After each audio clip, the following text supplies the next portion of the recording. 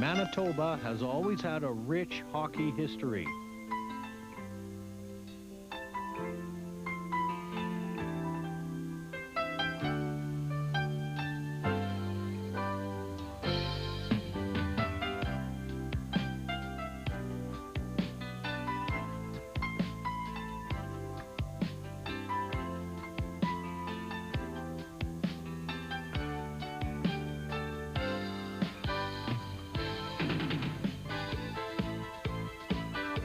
Now Manitobans have a new place to hang their hat.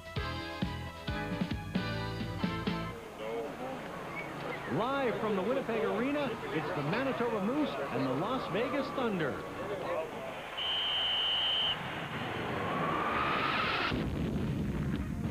Live on Channel 5, it's the Manitoba Moose.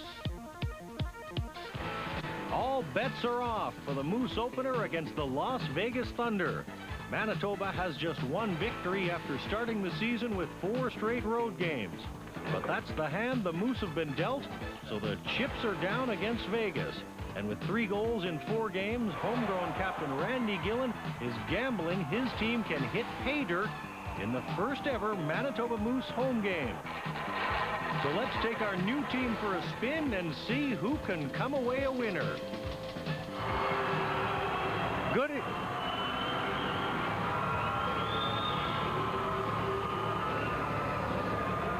Good evening and welcome to the Winnipeg Arena. I'm Steve Vogelsang, and a very special welcome to our first ever Manitoba Moose broadcast on Channel 5 CKY. I can't tell you how excited we are to be here. Well, I guess I could, but that actually would be wasting valuable time. This is a new beginning for professional hockey in Manitoba. We have a new team, a new league, and a newly renovated building. With me is Keith McMahon, and as in all our Moose broadcasts, Keith will be our man in the stand. Well, my job, Steve, this year will be to bring the fans the IHL flavor and to give a feel for what's going on off the ice. And as you walk in this building tonight, you can feel it instantly. There's all kinds of promotion going around us. Tonight we'll be looking a lot at the new renovations that go on the stadium. We'll be touring in and around, and we'll just be giving the fans a flavor of what goes on in this league. All right, thanks very much, Keith. The building is absolutely electric in here right now. But now we're going to take you upstairs and introduce you to the broadcast crew, our play-by-play man, Darren Drager, and our analyst, Tim Campbell, Winnipeg Free Press hockey columnist. Guys? Well, Steve, you hit the nail on the head. You cannot take professional hockey out of Winnipeg. The International Hockey League is here, and from all accounts of what we've seen in the last couple of weeks and what we've seen tonight, it looks like they're setting the tone for some real entertaining hockey. Some great anticipation here tonight, Darren, and I'm really looking forward to this. Okay, there are some obvious differences in the National Hockey League and the International Hockey League. So, Tim, let's take us through a couple of them. Well, the first thing is when we have a tie game after 60 minutes, we're not going to see any overtime. The coaches are going to appoint 5 players. They're going to go and have a shootout. The fans love this everywhere in the IHL. You're only going to see 16 skaters on each bench versus 18 in the NHL. That could be a factor late in a lot of games. The IHL has a hard salary cap now. There's no going over. There are big penalties. And the other thing is the scheduling. In the NHL, they have a rule with the Players Association. You can't play 3 nights in a row. That's not the case in the IHL. If you're on a road trip, you're likely to be doing 3 in a row like the Moose did on the weekend. And you know what? I think that's the hardest thing. In terms of the difference between the 2 leagues, the scheduling is grueling, and it's tough to get used to. Well, there are going to be times during the season where you're going to be dead tired. And the Moose did one already, and they don't have another one now for about 2 months. They may be glad the first one's over. Why don't we take the time now to have a look at some of the Manitoba Moose players and show you maybe 1 or 2 of the Las Vegas Thunder as well, because this hockey is something that you might not be accustomed to. It does have some NHL flavor. For instance, Scotty McCrory, number 14, there's a guy that could do some things this year. Well, Scott McCrory's a pretty good pickup for the Moose, I think. He played for Jean Perron a little bit last year in San Francisco. He's a very smart player. I think fans are going to see that tonight. He thinks when he's out there on the ice, and he may not be the fastest guy in the world, but he's got a real great sense for hockey. Yeah, Jean Perron brought him here. He said he could do some things, and that's exactly why he is in a Manitoba Moose uniform. And he was pretty good on the first road trip, one of the more consistent players. Number 33, Kerry Wilson, he's trying to make a comeback after 2 years of no hockey at all. His knee appears to be fine. They held him out of the game Sunday in Long Beach, but I think just as a precaution, didn't want to overexert that knee with 3 games in 3 days right off the bat. And he looks like he's having some fun. There's no question about that. For the Las Vegas Thunder, they've got some talent. How about this young guy in Pavel Dimitra? Well, last Saturday against the Moose in Las Vegas, he was a real buzz out there. He likes to play high sometimes, but he knows how to get that attack going. And once he gets that puck, the Moose defensemen are going to have their work cut out for them tonight. All right, they've got some surprises as well. We'll maybe get to those later in the game, but this guy is someone that Moose in general are familiar with, Harris Duffin. Well, he was here at training camp for the Winnipeg Jets last year. He's a pretty good young man, and boy, can he stop the puck. He showed the Moose against 25 shots in last Saturday's third period, and he was probably the difference that Las Vegas was able to hang on and win that game. Well, that's the opening ceremonies. Fans in the background and fans at home obviously hearing the big bang, and they're doing it up right here at Winnipeg Arena. Here's what the Eastern Conference Northeast Division standings look like. We've got the Detroit Vipers with 3 wins and a loss, and that's a team in this conference that looks to be pretty tough. Well, they're off to a good start. They're obviously very well coached with Rick Dudley, and he'll have them playing hard. We look at the Central Division, and Fort Wayne's off with 2 wins. And I think we're going to see them tough all the way. They've had a tough team in the last few years down there, and there are no free nights in Fort Wayne. Indianapolis is 1-1 so far, but they've got some big talent, and they picked up a win last night in Detroit. So that's a team that we can look for as well. Well, I think so, and they're the affiliate, or their parent club is the Chicago Blackhawks, and they've sent them some good players already. So I think we're going to see Indianapolis a pretty good team in that division. Are you excited about this? You've been on the road with the Manitoba Moose. This is the first that we've seen them. Are you glad to be part of this season? Well, I think it's going to be a lot of fun. It's a different kind of hockey. We've got the shootouts, a lot of things the fans can get into, and I'm really looking forward to this first weekend. All right, let's enjoy it. Here we go. Let's go downstairs for the player introductions.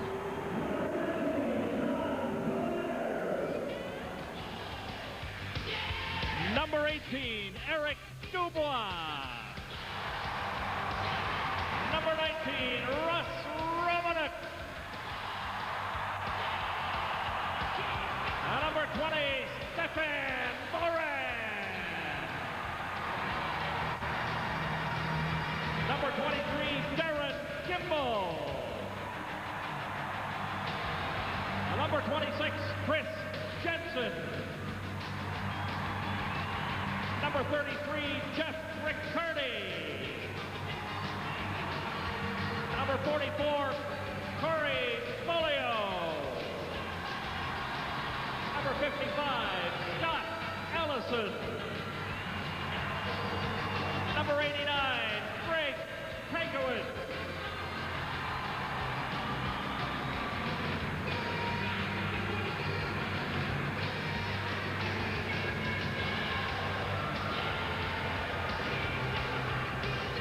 Now, ladies and gentlemen, number 31, Freddie Braithwaite.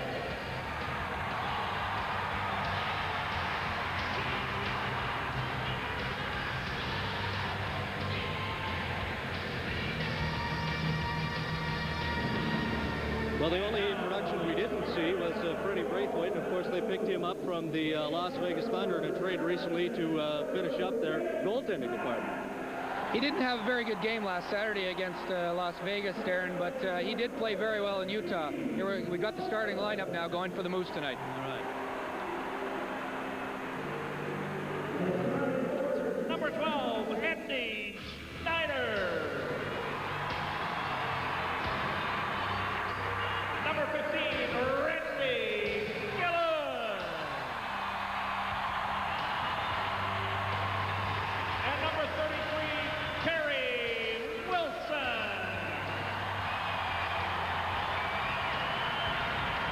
The starting goaltender for the Moose, number 37, Vincent Riando.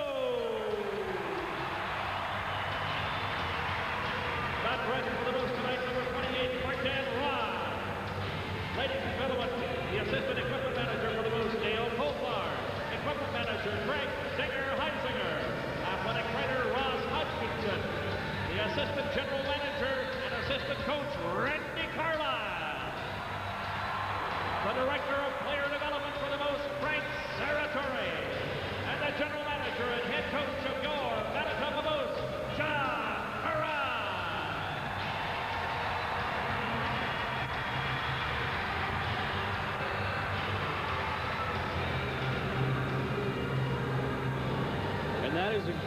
That is exactly what they're playing for, the Las Vegas Thunder and the Manitoba Moose. The Turner Cup. Stay with us, ladies and gentlemen. It will be fun, I promise you. The Manitoba Moose and the Las Vegas Thunder on Channel 5 CKY.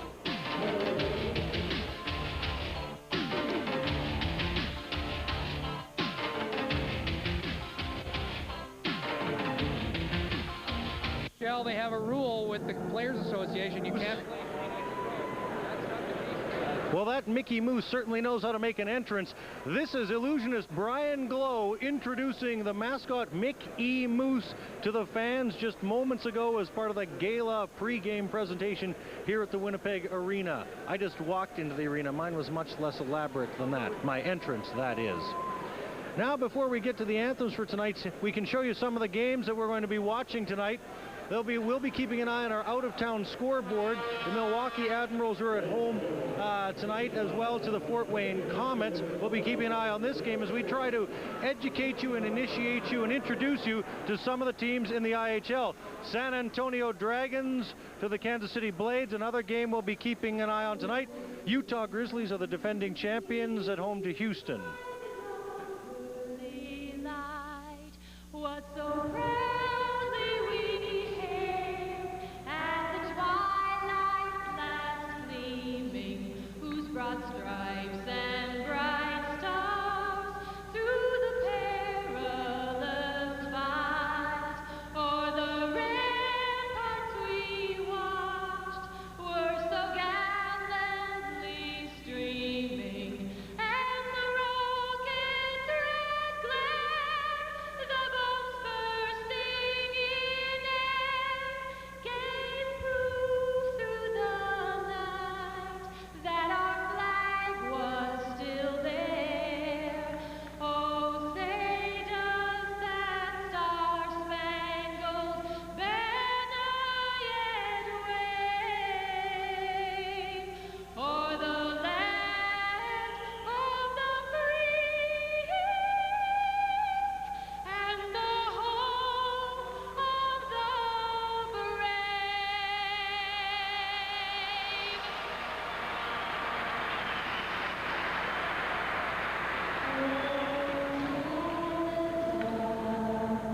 Our home and native land, true patriot love in all our sons command. With glowing hearts we see thee rise, the true North, strong and free. From far and wide, oh Canada, we stand on guard for thee. God keep our land glorious and free. Oh Canada, we stand on guard for thee. Oh Canada, we stand on guard for thee.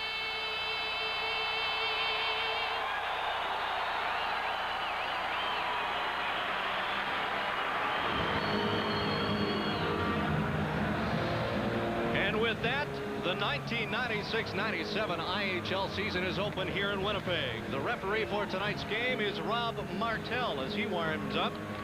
The linesmen, Jeff Gardner and Paul Krestanowicz. Starting in goal for the Las Vegas Thunder, known well to Winnipeg Jet fans and to the Minnesota Moose. Paris Duffus in Minnesota last year. Goals against of 2.67 in the last 3 games. He is 2-1-0 so far this season.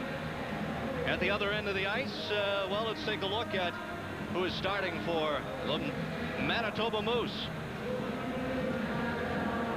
Of course, it's none other than Vincent Riendo. Tim Campbell, there was some question as to whether Vinny Riendo would be able to start tonight because of a knee injury that he sustained early in the week. But, boy, I'm sure the fans are glad to see him, and likewise, Jean Perrin, that he's all right. Well, no kidding. He hasn't actually lost a game yet. He did lose the shootout in Milwaukee in the opener, but he has not taken a loss outright yet. And I think the Moose's chances are improved greatly when he's in there. Play set to go at Winnipeg Arena. Kerry Wilson centering a line of Randy Gillen and Andy Schneider. Out the face-off, Moose sent it into the Las Vegas Thunder zone. They'll move it up ice. Here's Lefebvre in the neutral zone. Back to his defenseman. Sorok circles. He dumps it back for Huffman. Huffman up the ice. Thunder are looking for it. Quinny is hit on the play, and Moose fans immediately initiated by the play of the Manitoba Moose. Wilson on his blue line sends her puck into neutral territory, looking up the wing for Wilson pinching. He can't do much with it. Quinny in front of the Moose bench dumps it in. Riendo out of his goal, can't stop it up. Gillen plays it along the boards. We're going to have our first penalty of the hockey game. 41 seconds into the opening period. It did not take long, and it is a high sticking call coming here. Well, some early pressure. Vegas was trying to get it dumped in there, and a couple of hits in there, body contact. Quinny got the stick up, and Martel wants to send the message early. He's not going to tolerate any of that. High sticking penalty coming at 41 minutes, so Ken Quinny will sit out the next 2 minutes of play. Give us an opportunity to have a look at the Manitoba Moose power play. The Moose looking for a win as they are 1-3-1. Face off at center, controlled by the Thunder. Dahl sends it length of the ice into the corner. Riendo plays it.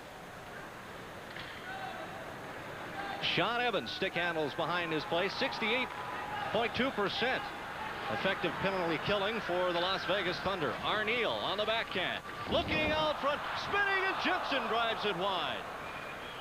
Sutton fights to keep it in on the blue line. He does, sends it in deep.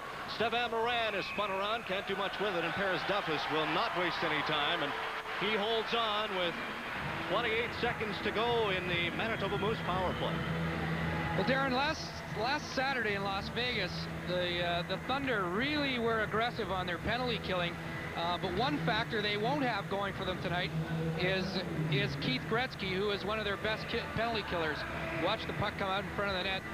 Jensen just turns and spins. I don't think he had a very good look. It didn't miss the post by very much. Face-off will come now to the right of Paris Duffus. Moran on the power play. Back to the point. Evans' shot is wide, looking for the rebound. Ken Sutton along the right wing, and he keeps it in. Now to Moran. Moran out front. Arneal can't get the shot away, and the Thunder send it all the way down the ice. Evans holds up behind his goal. 10 seconds to go in the Manitoba Moose power play. It is scoreless here. A minute and a half gone in the opening period. Evans. Now to Arneal. Fighting to get out of the Moose zone. Here's Moran as he heads up ice across center. He fires it in. 50 seconds to go in the power play, and Duffus again not taking any chances. The Moose at least doing what they need to do, penetrating the zone and at least trying to cause some opportunities in the early goings of the period. They only have 3 power play goals in the first 4 games. I don't think Jean Perron's been very happy with their power play. Certainly not Tuesday night in Utah, and he was very upset after the game that they didn't shoot the puck more on the power play. Stefan Moran not happy with his play. Chewing away on his mouth guard. 51 seconds to go in the power play. We'll update the scratches for tonight's game in just a moment. Face off in the Thunder zone. Pile of games in the International Hockey League tonight. McCrory off the draw. Moose able to keep it in. Here's Pankowitz. Pankowitz to Dubois. Tees it up. Pad save by Dufus. Schneider can't keep it in. The Thunder clear across the red line. Now Schneider has it. He's bumped off by Lefebvre. Lefebvre, 4th in goal scoring last year, ripped by Zoltak, but it is well wide. Dubois pass for Allison across the line. Allison at Pankowitz going to the net. He'll go back to Schneider on the left point. To McCrory. McCrory on his backhand. Pankowitz. Pankowitz leaves it for Allison along the boards. Now Eric Dubois. Back to Pankowitz. Less than 10 seconds to go in the Moose power play, still scoreless. McCrory indeed. Looking for an opening, can't get it by on Duffus, and the Thunder will clear as they bank it off the boards, and Again, down the length of the ice. That'll do it for the Manitoba Moose power play. Moose trying to gain some speed. Schneider to Allison. Allison bumped by Dahl. Now it's the Thunder who control. Jason Simon, tough guy for Las Vegas. Might see him in action with Kimball later. Simon looking for Rhett Tremblay, but that's too far in front. Jim Pack pokes the puck by Rhett Tremblay. Jimmy Pack has it up the left wing. Now to Gillen. Cross ice feed for Darren Kimball. First time he's been on the ice. He just dumps it in. 16:40 to go. Still a scoreless hockey game. The Moose and the Las Vegas Thunder. Gillen blindly feeds it out in front. Here's Rhett Tremblay of the Thunder to center. Tremblay's pass for Simon is picked up by Wilson. Then pumped in by Simon again. Wilson now to Gillen in the neutral zone. Gillen bumped on the play. Puck comes loose. Just about a big hit there on the Las Vegas Thunder. Doesn't materialize, and the Moose are able to scramble. They send it down the ice and go on a full-scale change.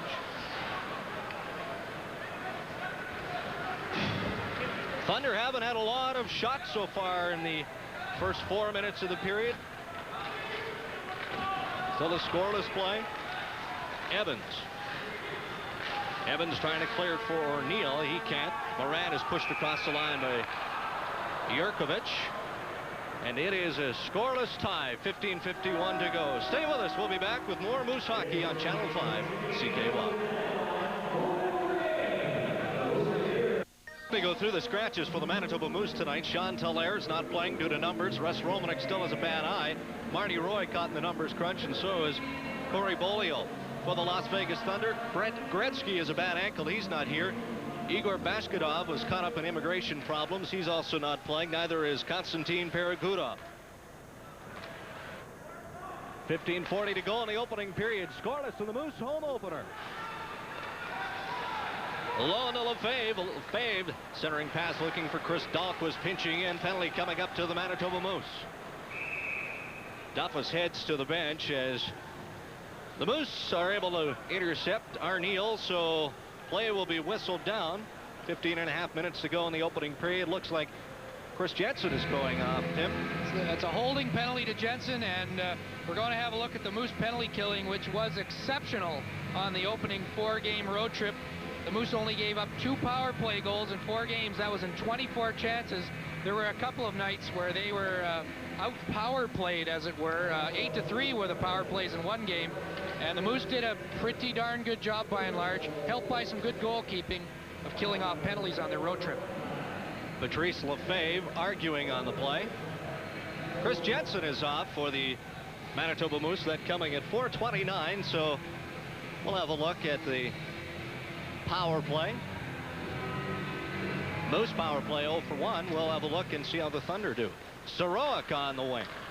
To Huffman on the right side. Huffman looking for Lefebvre. Moose trying to clear. Allison can't get it by Huffman. Lefebvre keeps it in.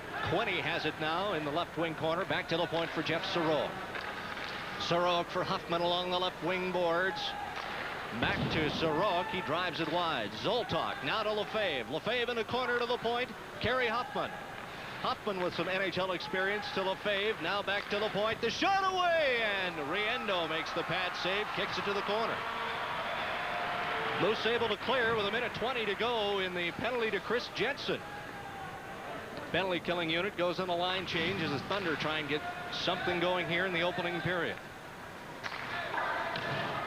Pavel Demitra drives a puck in deep. Now here's Blaine Moore in the corner. Moore for Demitra. Behind the net. Back to the point. Huffman. Long power play. Sarowick shot. Blocker saved by Riendo. All the way back to the left point. Now Huffman again. Pressure by the Manitoba Moose as they try and clear. Jim Pack pokes it. Will he get it by Sarowick? He might with some help from Gillen. No, Sarowick keeps it in. Over the left side, Huffman from a sharp angle, midsection of Riendo, and he'll hold off. Pushing and shoving develops after the fact with 41 seconds to go in the Las Vegas Thunder power play. Well, I think the Moose on that second Las Vegas attack, they will take that attack all night. The puck was strung out along the blue line with some pressure by the Moose defenders. And then I think it was Zoltok came in from that left wing side, but it wasn't a very good angle, and I think Riendo had it covered pretty well.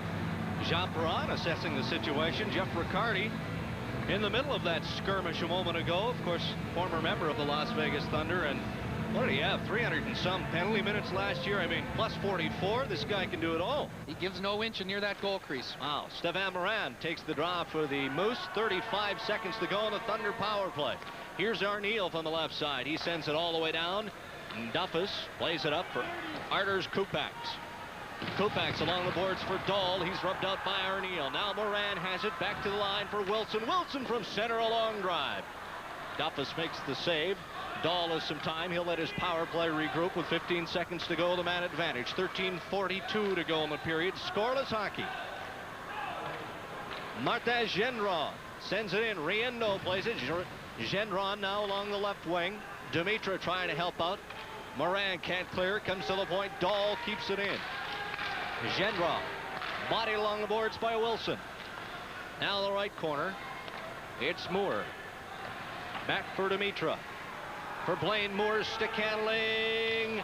Gendron held, knocked down, and that allowed the Moose time to clear. Arneal pokes it into Thunder territory, and that'll do it for the Las Vegas power play. Pavel Dimitra showing some signs of skill here across the line. Looked to be offside, wasn't, gets the shot away, and Vinny Riendo will hold on with 12:55 to go, still a scoreless tie.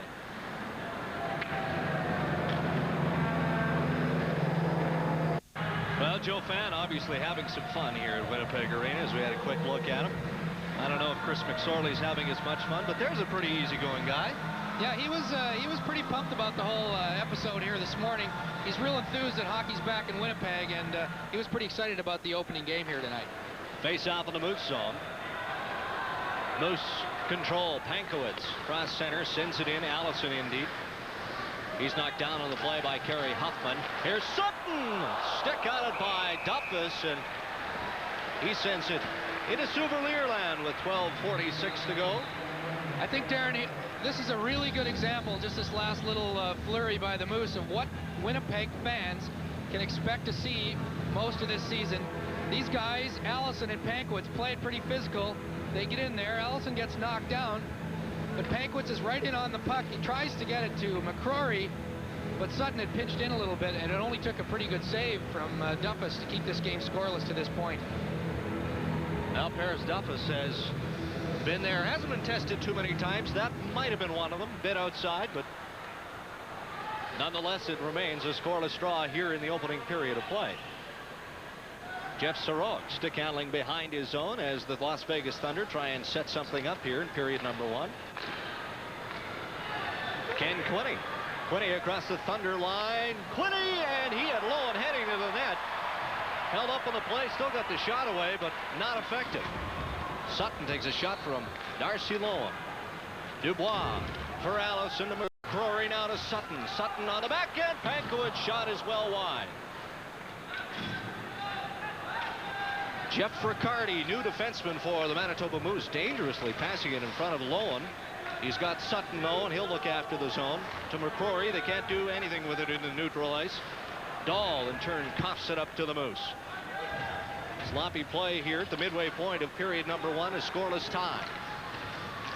McCrory at center, thrown to the ice by Rhett Tremblay, and that will draw a penalty. And McCrory maybe looking for an extra 2 on Rhett Tremblay, because he probably read the scouting report on Rhett Tremblay, knows that this guy's a bit of a hothead.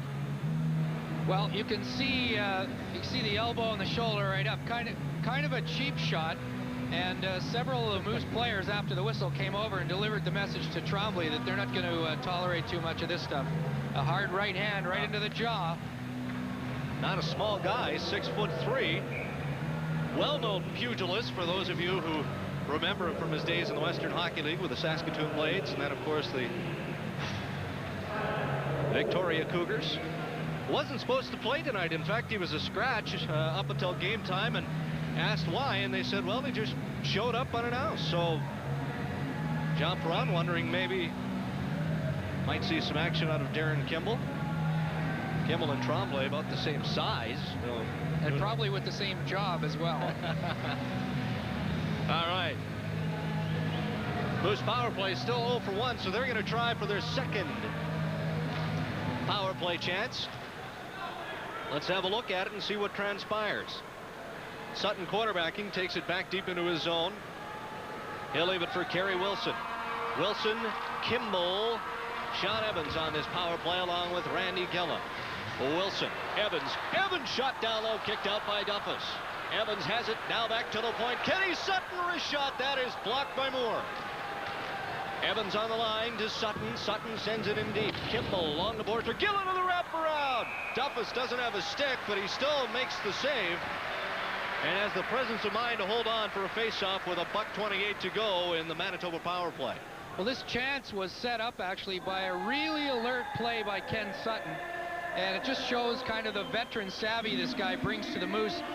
The Vegas Thunder had 3 penalty killers out high when the puck came loose, but Sutton had the presence of mind to get it back down in the corner.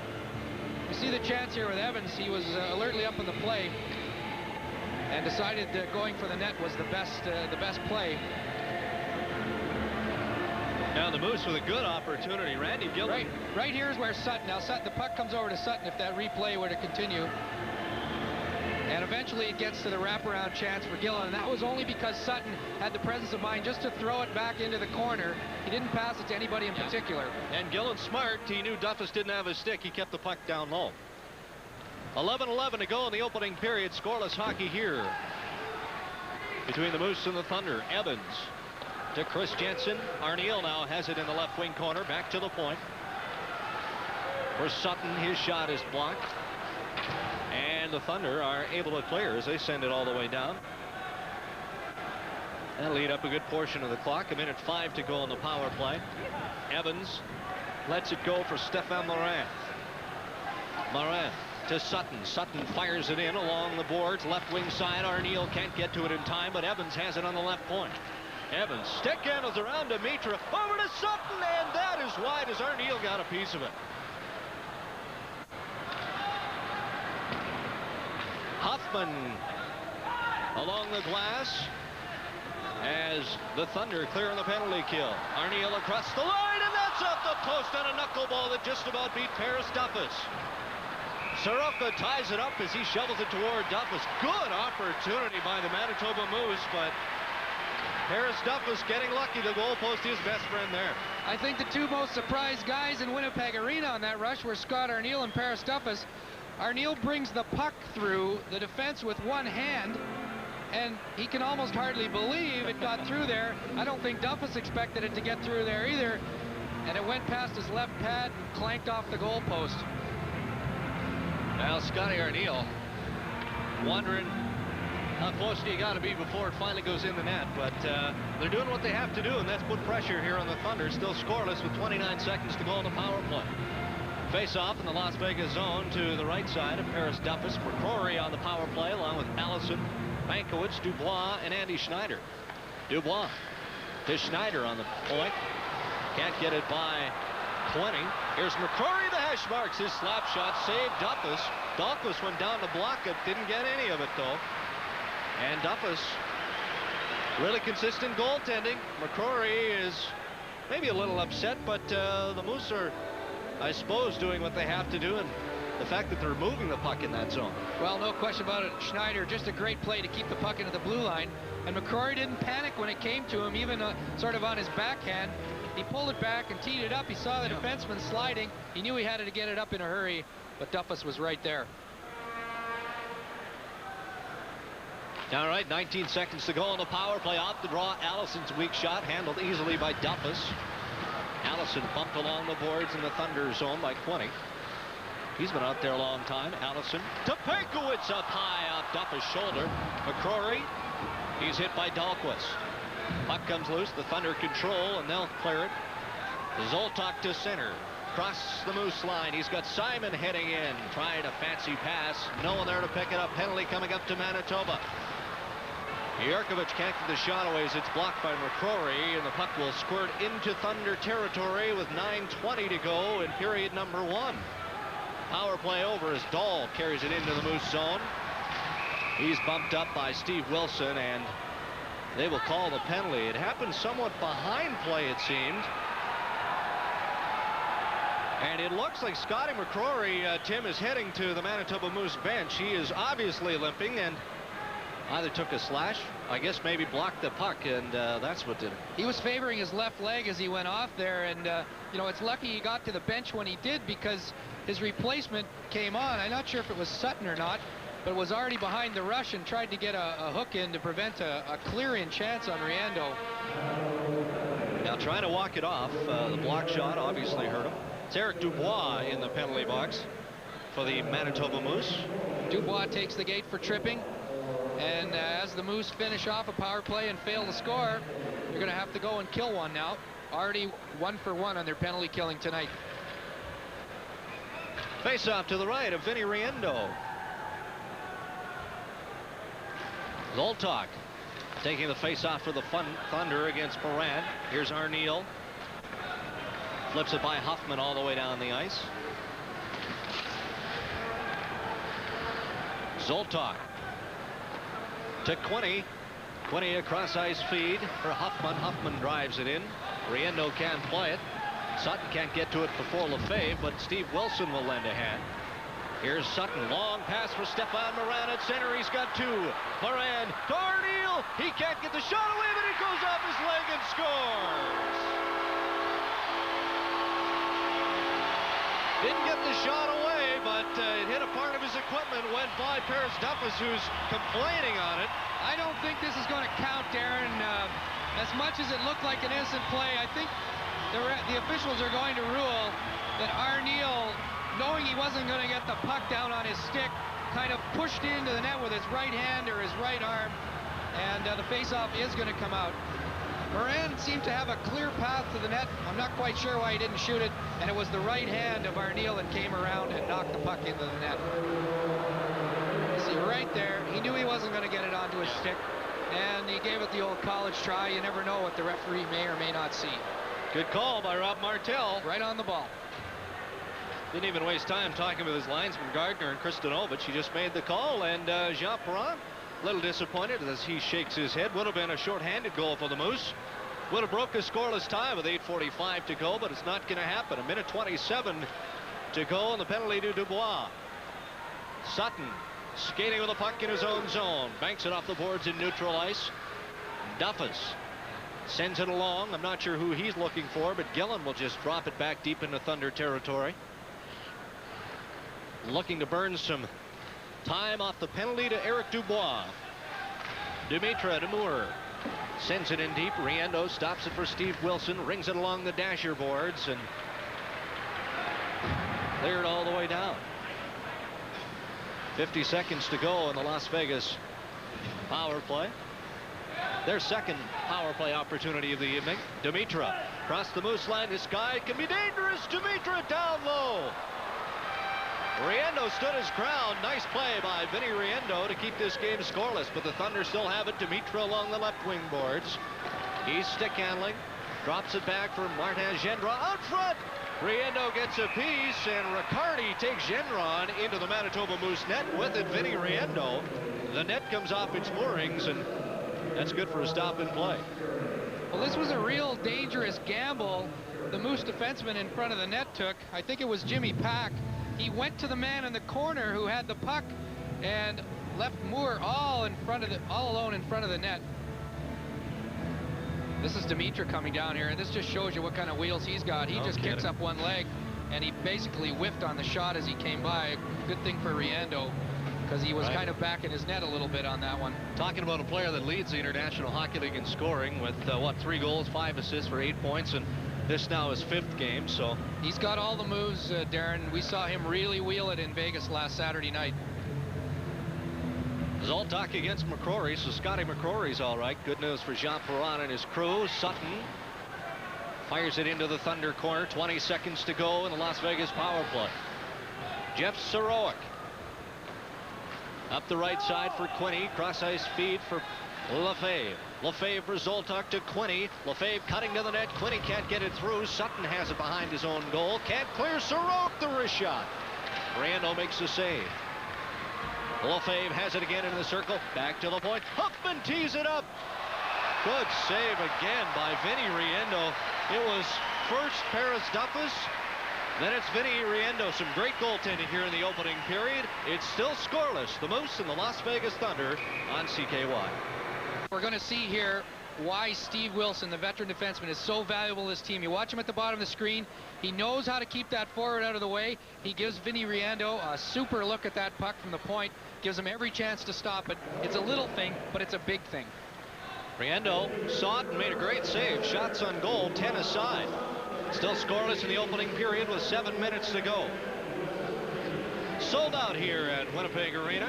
Everyone wants to have a look at the Manitoba Moose. It's been a while since we've seen this team. They played a lot on the road and a terrible road swing to open up the season. Fans will get a look at them over the next couple of weeks, though, as they play here tomorrow night against the Chicago Wolves as well. Moran loses a puck to Pavel Demitra, to Zoltok, back to Demitra, looking for Gendron. Jimmy Peck intercepts to Moran at center. Backhand pass for Arniel across the line. Arniel can't get around Sorouk. He had Jensen coming in on the play, but the Thunder take control. Demitra to Gendron. Gendron to Demitra, sticked up by Pack, and that's wide, and draws the penalty with 6:16 to go. Here's an opportunity for the fans. Meet the Moose dinner. That's Tuesday, October 15th at the Fort Garry Hotel. It's all for Junior Achievement of Manitoba. Tickets are $75. Call 956-6080. Meet the Moose dinner. Well, here's, you can see Jimmy Pack. He's behind Pavel Demitra in the slot. He didn't stop skating from the blue line in. It was between the middle of the neutral zone and the blue line where he let Demitra get away from him, and he had to haul him down. Otherwise, it may have been a goal for the Las Vegas Thunder. Hooking penalty at 13:44. So the Moose finding themselves in trouble. Kind of trouble that Chris McSorley likes to see the Manitoba Moose involved in. That's the kind of trouble he wants, Darren. He wants his speedy forwards using that speed to create those chances. They're 0 for 2 on the power play. Couple of opportunities. Here's one of them. Quinney can't get it through, and the Moose able to send it over the boards. Now we got a battle between Kenny Sutton and Ken Quinney. Sutton feeding right hands. Quinney trying to get his left out, but I don't think he saw any of that. Wow. Boy, Kenny Sutton just decked him with a couple of right hands, buckled his knees. Got to give Quinney credit, though. He got back up and tried to slug a few more. Most guys would have just crumpled in a ball. That's the kind of play that Mike Keenan likes. Take a look at how this actually developed. Developed out of nowhere. The two just said, look, are we going to go? Let's do the deed. They dropped the gloves. Ken Quinney, Kenny Sutton, and the rest is history. That was a spirited go-round. Well, Quinney threw them down first, maybe trying to get the first punch in. Sutton looked like he was ready for it, though, and did he ever come back strong after he took the first shot? Do you think that Jean Perron maybe doesn't have to say anything to Kenny Sutton, because Sutton is obviously a National Hockey League veteran, but do you think he's saying, look, let's get out there and send a bit of a message? They're not going to get us into penalty trouble and all kinds of business to start this period. Well, I think Jean Perron would preach that to all his players. I don't know necessarily he wants Ken Sutton throwing him out there. I mean, when you're challenged, sometimes you just have to show up. I think he'd rather see the likes of Darren Kimball throwing the punches as opposed to Sutton. He's a pretty valuable defenseman. Well, Sutton and Quinney out for fighting. 13:50. Pack is still in the penalty box for hooking, so it is a power play for the Las Vegas Thunder. Will be for the next minute 50 seconds, but it is scoreless here at the arena. Schneider across the Thunder zone looking for a man, also trying to kill the clock. Takes it in deep, bumped on the play by Jeff Sorouk. Sorouk throws him toward the boards and then takes control of the puck to Lefebvre. Lefebvre out of his zone for Lowen. Lowen banks it into the Moose territory. Riendeau on the backhand along the boards. Can't clear, kept in by Sorouk for Lowen, and a give and go, and he rings it off the pipe. Good opportunity, and here come the Moose as they turn it around. Schneider off the stick of Huffman. A high, hard one with 5:30 to go in period number 1. Let's go downstairs with more and Keith McMahon. Las some water. Yes, right away, Mr. Vogelsang. My job tonight is to get refreshments for the crew, and what better place than the newly renovated luxury boxes. They come with all the fixings. Fridge, the game on Channel 5 CKY. No longer are they closed in, but there's 10 open-air seats, and check out the view of the hockey game. Outside of us, Tim, he's got the best seat in the house. I think Keith has the best job in the house. He can just help himself to what's on the counter down there. How about that sweater? Wow. Manitoba Moose, Channel 5 CKY. Looks like we've got another penalty as Sergei Zoltak is in the penalty box now for the Las Vegas Thunder. It's a hooking penalty, so that will nullify Jim Pack's hook. So we'll play 4 aside for the next minute 15 seconds, and then that will leave the Manitoba Moose with a 45-second power play. Face-off coming to the right of Paris Duffus. McCrory, Evans, Pankowitz, and Steve Wilson on the ice for the Manitoba Moose. Dimitra taking the draw for the Thunder. Can't clear. Here's Evans. Evans sends it into the corner. Dahl along the boards. Kerry Huffman trying to clear with some help from Gendron, and it comes loose to neutral territory. Wilson. Sean Evans. Long pass from McCrory. Behind him a bit. Huffman takes it. Marty Gendron cuts behind his own goal. Now steers around, getting away from Pankowitz. Lets him go. He thought he hauled him down looking for the penalty. Doesn't happen. Dahl to Dimitra. Skates dangerously in front of McCrory. Dimitra now moves up ice with it across the Moose line. Dimitra, boy, can this guy handle the puck? To Kevin Dahl. He's hit by Pankowitz. Huffman now has it. High slot for Dahl, who's pinching in deep. 4-on-4 for the next 23 seconds. 4:36 to go in the period. Scoreless hockey. Evans across the line, over for Pankowitz just behind him and went off the skate of Dahl. Dahl gives Pankowitz a shot. Pankowitz wants to do more about this, but Dahl doesn't. 4.5 minutes to go. Scoreless hockey. The Moose and the Las Vegas Thunder on Channel 5 CKY. You see the puck go into the slot here. When Kevin Dahl, the puck goes away, Kevin Dahl just takes a two-hander right at Greg Pankwitz's wrist. Pankowitz turned and challenged him, I think maybe to fight. He was very lucky that he didn't drop his gloves because referee Martel has whistled a penalty, and the Moose are going to get a two-man advantage out of this. Quenney, Zoltak, and Dahl in the penalty box for the Thunder. It is a 4-on-3 for the next second. Now it is a two-man advantage, will be for the next 40 seconds. Dahlquist. Dahlquist out of Thunder territory, sends it to center. That is knocked down by Andy Schneider. Schneider off the skate of Blaine Moore to Jimmy Pack. Pack across the line. Does he have some room? Hit by Dahlquist. Pack still has it. Back to Arneal. Now to Moran, who's covering up on the point. Stefan Moran looking for an opening to Arneal on the right side. Stick handling in the circle. Arneal looking for a man. Chris Jensen has it deflected over his stick. He's being bodied up on the play, but the Moose still have it. Schneider now on the left side. To the blue line. Stefan Moran. The slap shot. That hits Chris Dahlquist in the midsection. Chris Jensen kind of pushes him over on the play, but I think he was more concerned with the well-being of the player because he wasn't trying to rough him up. Take another look at it. I think maybe he was just trying to knock the puck out of there, Darren. Sometimes it'll be sitting on your glove, but he did cover it up pretty well, and I think the whistle had already gone by the time Jensen gave there and gave him a little shove. The Thunder obviously talking to referee Martel, maybe hoping he might even up this situation a little bit. Dahlquist, the captain of the Las Vegas Thunder. Well-traveled human being. Still scoreless, by the way, with, well, 3:36 to go in the period.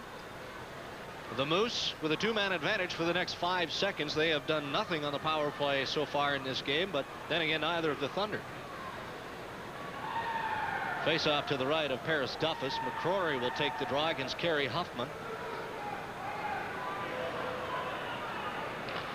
McCrory wins the draw to the point. Eric Dubois, his drive gets through. Duffus makes the save. Pankowitz back to Dubois. They'll try it again. Now McCrory. McCrory behind the Thunder net. He's hit by Dahlquist. Zoltak out of the penalty box, and he'll try and clear. Needs a little help from Pavel Dimitra, but they do send it into Moose territory. Now 5-on-4 for the next 40 seconds. An opportunity the Moose probably thinking that they have to score on to get out of this period. Still scoreless, but they've been given the chance here late in the opening period of play. Icing called as Thunder touched the puck in their own zone. 31 seconds to go in the Moose power play. It is scoreless.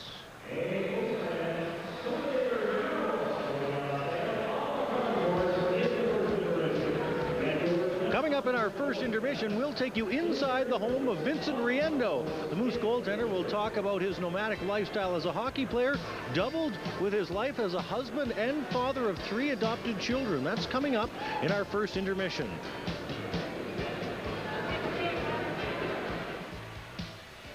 And you'll want to stick around for that. Let me tell you, this guy has just about come full circle through the National Hockey League and now back into the International Hockey League. But quite a story, a remarkable young man. 31 seconds to go in the Manitoba Moose power play. Dahl is still in the penalty box. Quinney and Sutton, of course, off for fighting majors back at the 13:50 mark. Here's Gillen. Gillen has scored in his last 2 games. Can't get a chance here. Wilson spun around by Huffman. Moose keep it in, though. Gillen, right wing corner. Moose stick handling, back to the point. Shot is wide by Dubois. Evans for Darren Kimball. Kimball back to the point. Dubois, some room up high to Wilson. Evans looking for Gillen. That is wide stick side of Duffus. Sorok bats at it. Kimball centering for Gillen. They don't hook up, and Dahl comes away with it. Dahl to Mitra. Back to Dahl. Now deep in the Moose zone. Bumped on the play by Eric Dubois, looking for someone open, or he's going to freeze it up. Back to even strength, 5-on-5, and the Moose seem content to send it back down the ice, and they'll go on a full-scale change with 2 minutes to go in period 1. Still scoreless hockey. Another penalty coming here, and it will come to the Moose as Chris Jensen spun around Chris Dahlquist deep in the corner. Jensen kind of pleading his case, saying, look, at my stick got caught. His stick is broken, but it doesn't look like Rob Martel is going to fall for it. Well, I think Rob Martel may have looked the other way on this particular call, but the problem with Chris Jensen is he got his stick wrapped around Dahlquist's midsection, and then he banged him up against the boards. Dahlquist didn't really have anywhere else to go but into the boards and then down to the ice. And actually, it turns out to be a pretty good call by Rob Martel because it led straight to a potential Manitoba Moose scoring chance. And that was kind of a questionable hit in the corner. When it results in a turnover and a scoring chance, it pretty much has to be a penalty. Well, I'm glad you qualified that, because I was going to make it clear that you wouldn't be suggesting that Rob Martel was trying to even things up here late in the goings of the period. Well, I think he had his hand up right away for the penalty, and he didn't know that scoring chance was going to come. You could probably guess, though, the way that turned out. I don't think Jean Perron's very happy with that call, but that's the way it's going to get called. A reminder also, stick around. Later in the broadcast, we will bring you the Vernas Auto Body Crunch of the game. Tim Campbell and I will pick the biggest hit of the hockey game. We'll bring you that later in the broadcast. Minute 50 to go. Jensen in the penalty box. It is a Thunder power play for the next minute 45. We'll have a couple of seconds tacked on in the second period. Lefebvre looking for Arturs Kirpax. They don't connect, and the Moose will clear their zone routinely. Change the penalty kill with a minute 25 to go in the opening period of hockey. Dahl across his line to center. The long slap shot into the corner. Takes a funny hop right out for Zoltuk. He can't get an effective shot. Gillen can't clear either. Takes some help from Andy Schneider, and they'll do a good job of sending it the length of the ice. A minute 10 to go, and the penalty to Chris Jensen. Sergei Zoltuk on his own line, trying to set something up here with less than a minute to go in period 1. Arturs Kirpax to Jeff Sorok. Back to Kirpax. Off the skate of Schneider to Lowen. Dubois has it, banks it off the boards. Intended for Schneider. Schneider picks it up. He'll skate with it and kill as much time off the clock as he can. Schneider now to McCrory into the corner. McCrory for Schneider in a give and go. He was spun around, though. Couldn't get the shot away. McCrory carries it out of Thunder territory. Blaine Moore. Moore to Martin Gendron. In deep to Mitra. Along the boards for Kerry Huffman. 15 seconds to go in the period. Scoreless. The Moose and the Las Vegas Thunder. Blaine Moore on his backhand to the point. Huffman looking for some room. His shot is well wide and not touched. Sarowick tees it up once again, drives it wide. They know the clock is ticking down. And that is the buzzer to sound the end of the opening period. Las Vegas trying to pepper as many shots at Vinny Riendeau as they could late in the period. 2 seconds left of the power play, so they'll conclude that at the start of the second. But pretty good hockey so far through 20 minutes of play. We'll have lots more for you. 40 minutes to go. Stay with us. We'll be back with more on Channel 5 CKY. Well, after 20 minutes of play, it's all scoreless at the Winnipeg Arena. We've had some close ones and a goal called back for the Moose, but it's still 0-0 at the first intermission. Well, Vincent Riendeau figured prominently in the first period. He made some outstanding saves, but what you might not know, the man behind the mask is much deeper than that of a professional athlete. With more on that, here's Keith McMahon.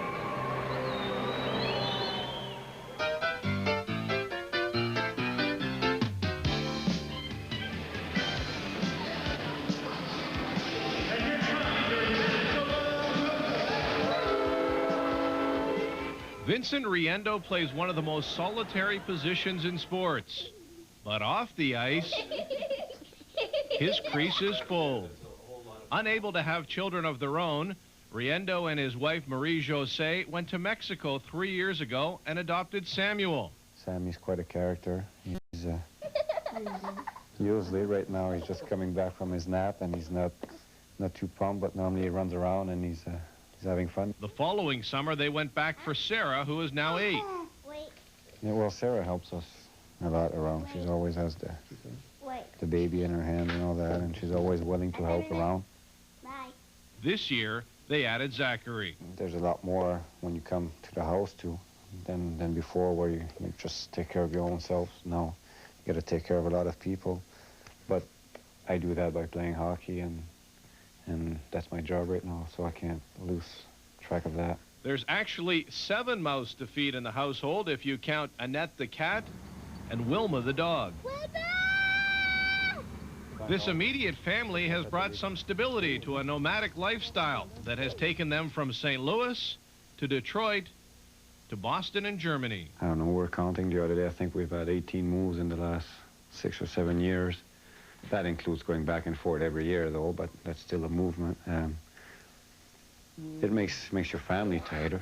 The Riendeaus are already finding Winnipeg to be a good place to raise a family. You can tell that people know each other a lot more. Anyway, in the neighborhood here, everybody knows each other, and that makes it a lot easier. I think the big cities are a lot tougher. Vincent also finds it a lot easier to run with his children now that he's kicked a heavy smoking habit. I was injured one season and couldn't really, I had a broken ankle. I was sitting down and I was smoking, and normally you smoke, you walk, you go outside, you get some different air, and I couldn't get that different air, and I just said, that's it, that's enough, and I never smoked again. These days, the Riendeaus are hooked on family. What a wonderful story. Well, still coming up in this intermission, highlights from the first period. But up next, it's our second encore music, out-of-town scoreboard. It's scoreless here at Winnipeg Arena after 1 period of play.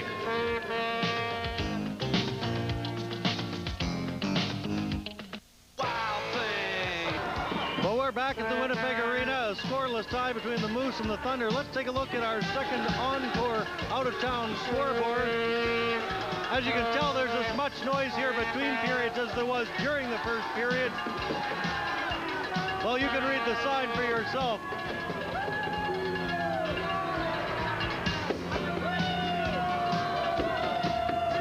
All right, for those of you, the Meet the Moose dinner is Tuesday, October 15th. That's at the Hotel Fort Garry. All proceeds to Junior Achievement of Manitoba. Tickets $75 each. 956-6080. That's this Tuesday night. So act fast to get your tickets. Now let's move to the second encore music out-of-town scoreboard and see what's happening around the IHL tonight. The Milwaukee Admirals are at home to the Fort Wayne Comets tonight. That one is scoreless in the first period of play.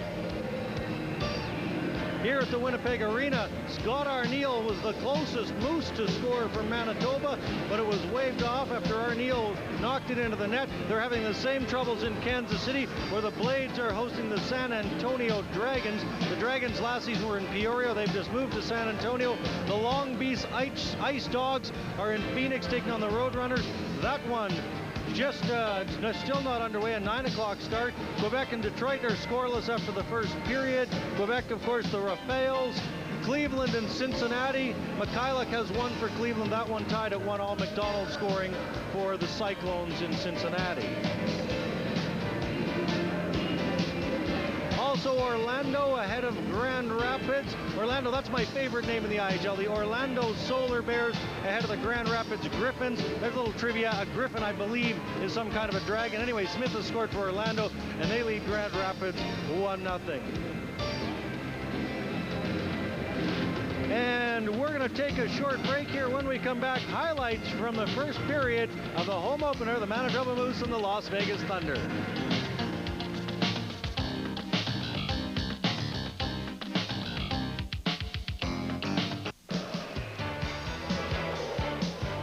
So there you see it. It is scoreless hockey in the first intermission.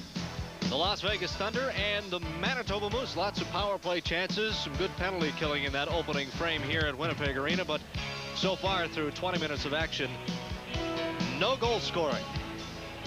Might be a bit of a disappointment, Tim, for Jean Perron. Maybe Chris McSorley as well, because you really can't get the kind of chances both teams got in the first period and not capitalize. You got to score. Well, you certainly do have to cash in those chances. I think our opening was pretty good tonight. The gambling theme, we saw both teams taking some chances at times, and that led to scoring opportunities at the other side. What about goaltending? I mean, should we play into account of that as well? Early in the game, Paris Duffus had to make some saves. Routine maybe, but still he faced a lot of shots early. Then in the back half of the period, we saw Vinny Riendo have to stand his ground a bit more. Well, the thing I noticed about Paris Duffus in the first period, Darren, that I don't know that I noticed last week, is that he fills a lot of the net. He's a pretty tall boy, and you know, with the big equipment, he fills a lot of the net. Well, let's take a look at some of the highlights from that opening period. This one interesting. Here's Sean Evans. He sets up Scott Arniel. Now, Arniel has some room. Fools Duffus. He's expecting a hard shot. It doesn't come through. He rings off the post on the glove side. So that's one that Duffus might have wanted back. And the second one here, this is the disallowed goal. We've got Moran getting it over where it looked like he had a clear path to the net. And Arniel's original shot is kind of semi-blocked by the defenseman. It pops up in the air, and the first thing he means to do is try to get it in the net, so he gives it a whack with his glove. No goal, of course. They argued it, but to no avail. This is the Las Vegas Thunder. This kid, we talked about him, Pavel Demitra. Watch him cut inside. He goes to the forehand, and Vinny Riendo in tight has to make a good save, and then they drive it just wide. So what is it? You got to be good to be lucky and lucky to be good and all of that business. Well, Vinny Riendo might have been both in that situation. Well, Demitra certainly showed his speed there. And he kind of, I don't know if he had a little fluffy lie as he cut to the net there, but he didn't get very good wood on his shot, and that was lucky for Riendo. Late in the period as well, Ken Sutton, he's a veteran. He scrapped with Ken Quenney, and I think fans got a taste of maybe what the International Hockey League is a bit about. Maybe not a good combination to take Quenney or Sutton for Quenney, but he got the job done in a hurry. Well, you don't like to lose Ken Sutton for 5 minutes, but when you're challenged, you have to show up. All right, let's take a look at the standings. I believe we're going to have a look, and well, we'll take a look at those when we come back. Stay with us, ladies and gentlemen. Scoreless through one period of play. The Las Vegas Thunder and the Manitoba Moose on Channel 5 CKY.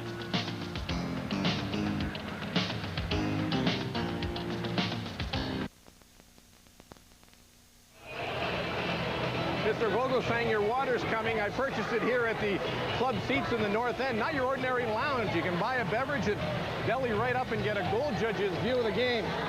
I'm not leaving. You know that Keith McMahon's a good guy. I think we've got a lobby for a raise for him. It's that kind of service that's going to make the IHL a success here in Winnipeg. Let's go upstairs to the booth and join the guys who are parched because Keith is bringing only me water. No kidding. I am thirsty, but somehow we'll muddle through here at Winnipeg Arena. First period action complete. We're just nicely getting underway for the second period of play. No scoring in the opening period as we show you. Las Vegas Thunder get the edge in shots on goal, 12-11. Other than that, not a lot to tell you. The power play chances, they were there. No one scoring. Here's a look at the Eastern Conference Northeast Division. You see the Vipers leading the way with 3 wins and a loss for 6 points. In the Central Division, I think the team to look for here is the Indianapolis Ice. We haven't seen the Fort Wayne Comets, but they lead the division at 2-0.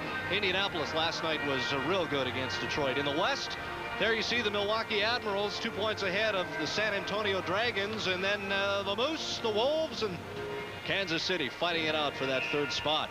In the Southwest, the Grizzlies, defending Turner Cup champs, still undefeated, 3-0.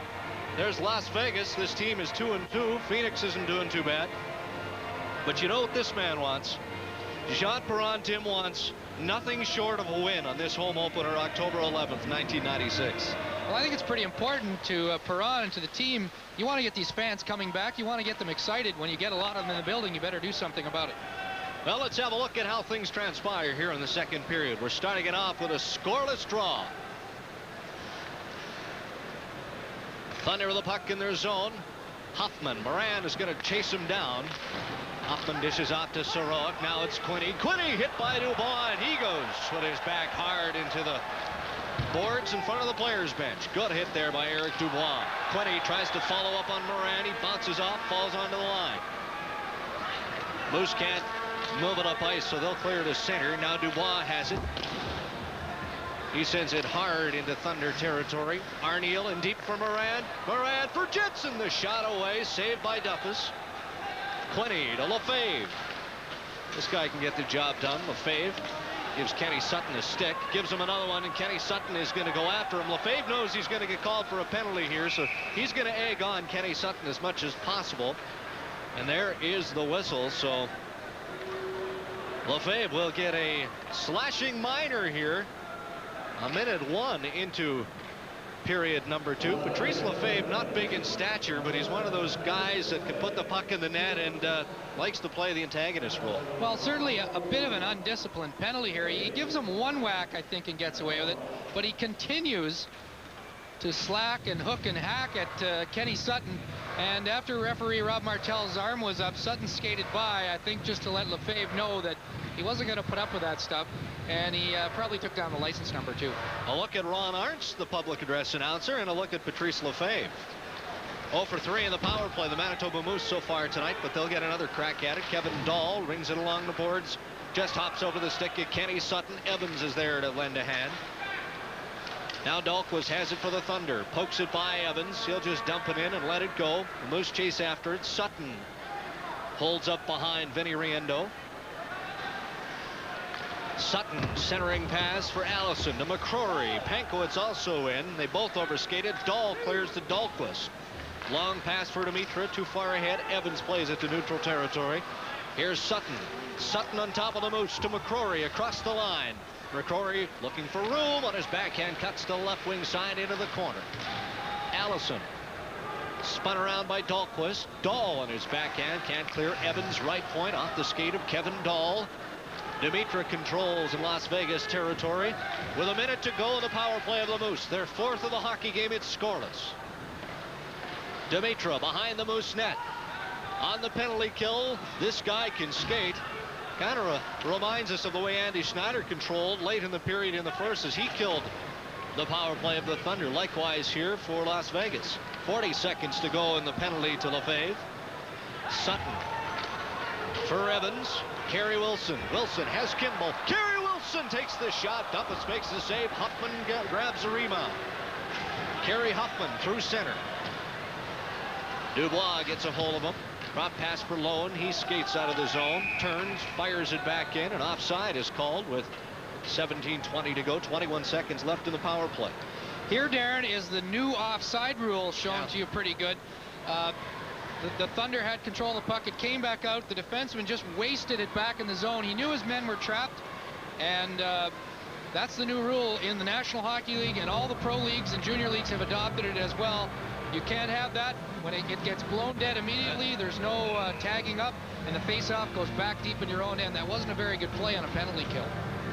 Power play unit of the Manitoba Moose for the next 21 seconds. Stefan Morin with Chris Jensen, Scott Arniel, Eric Dubois is out there, so is Andy Schneider. Dahl, Dimitra, Moore, and Dahlquist for the Thunder. Face off to the right of Paris Duffus. Moore will take the draw for Vegas. Off the draw, Jensen. Shot from the point by Dubois is poked wide. Dahlquist looks like he's injured on the play, but the Moose cleared. Moore has it. Moore, Dimitra. Dimitra on the left wing in the Moose zone. Turned around. Moore has it. Now he gives it up to Arniel as he was checked by Morin. Arniel in turn gives it back to Moore. Back to even strength with 16:50 to go in the period. Lefebvre on the ice. The head of steam crosses the line. Lefebvre looking for Dimitra. Pass just behind him. Jensen of the Moose carries it to center. Chris Jensen across the line with Stefan Morin. Dahl is tracing Jensen, so Jensen just dumps it in. Arniel in the left wing corner, tied up by Dahlquist. Lefebvre kicks it up for Dimitra. Dimitra will send it all the way down the ice. Icing waved off, but that gives both teams plenty of opportunity to go on a full-scale change. 16:20 to go in the second period.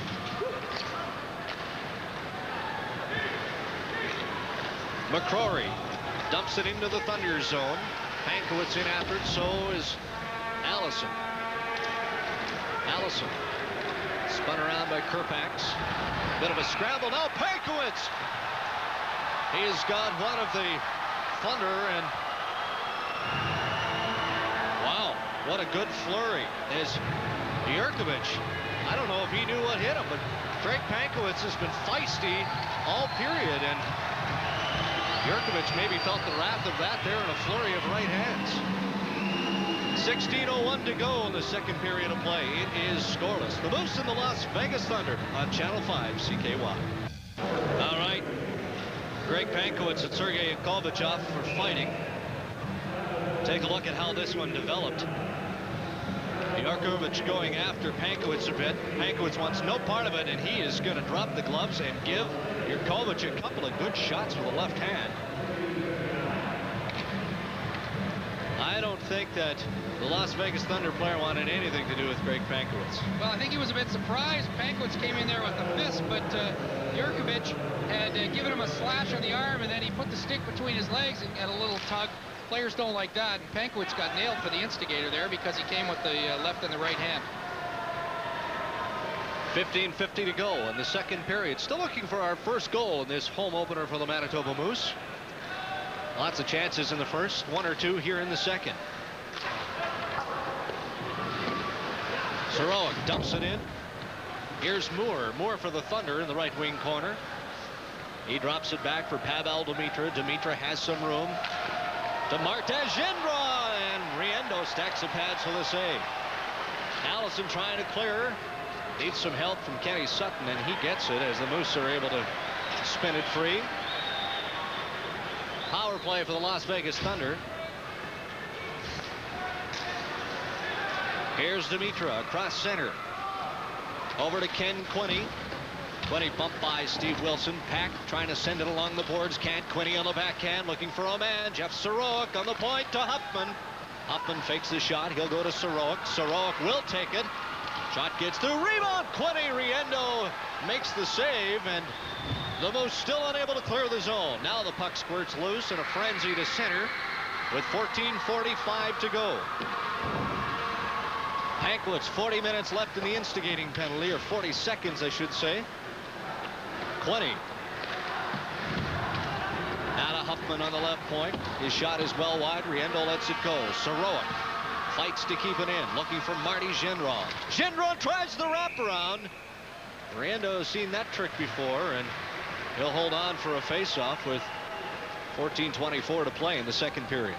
Well, that was pretty quick goalkeeping right there by Vinny Riendo. I don't know. He must have seen it out of the corner of his eye. Gendron scooting for that right post.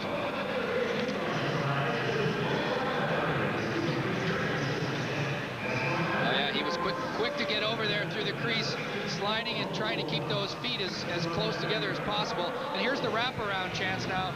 Gendron sees his chance, but Riendeau there, you could see he had to look over his right shoulder. And once Gendron made his move towards that side of the net, he knew to get the pad down right away. Face-off in Manitoba Moose territory with 23 seconds to go, and the instigating penalty to Greg Pankowitz. 17-13 shots in favor of the Las Vegas Thunder so far. Stefan Morin having a chat with the linesman here as he's tossed out of the circle. Scott Arniel will come in to take the draw against Patrice Lefebvre.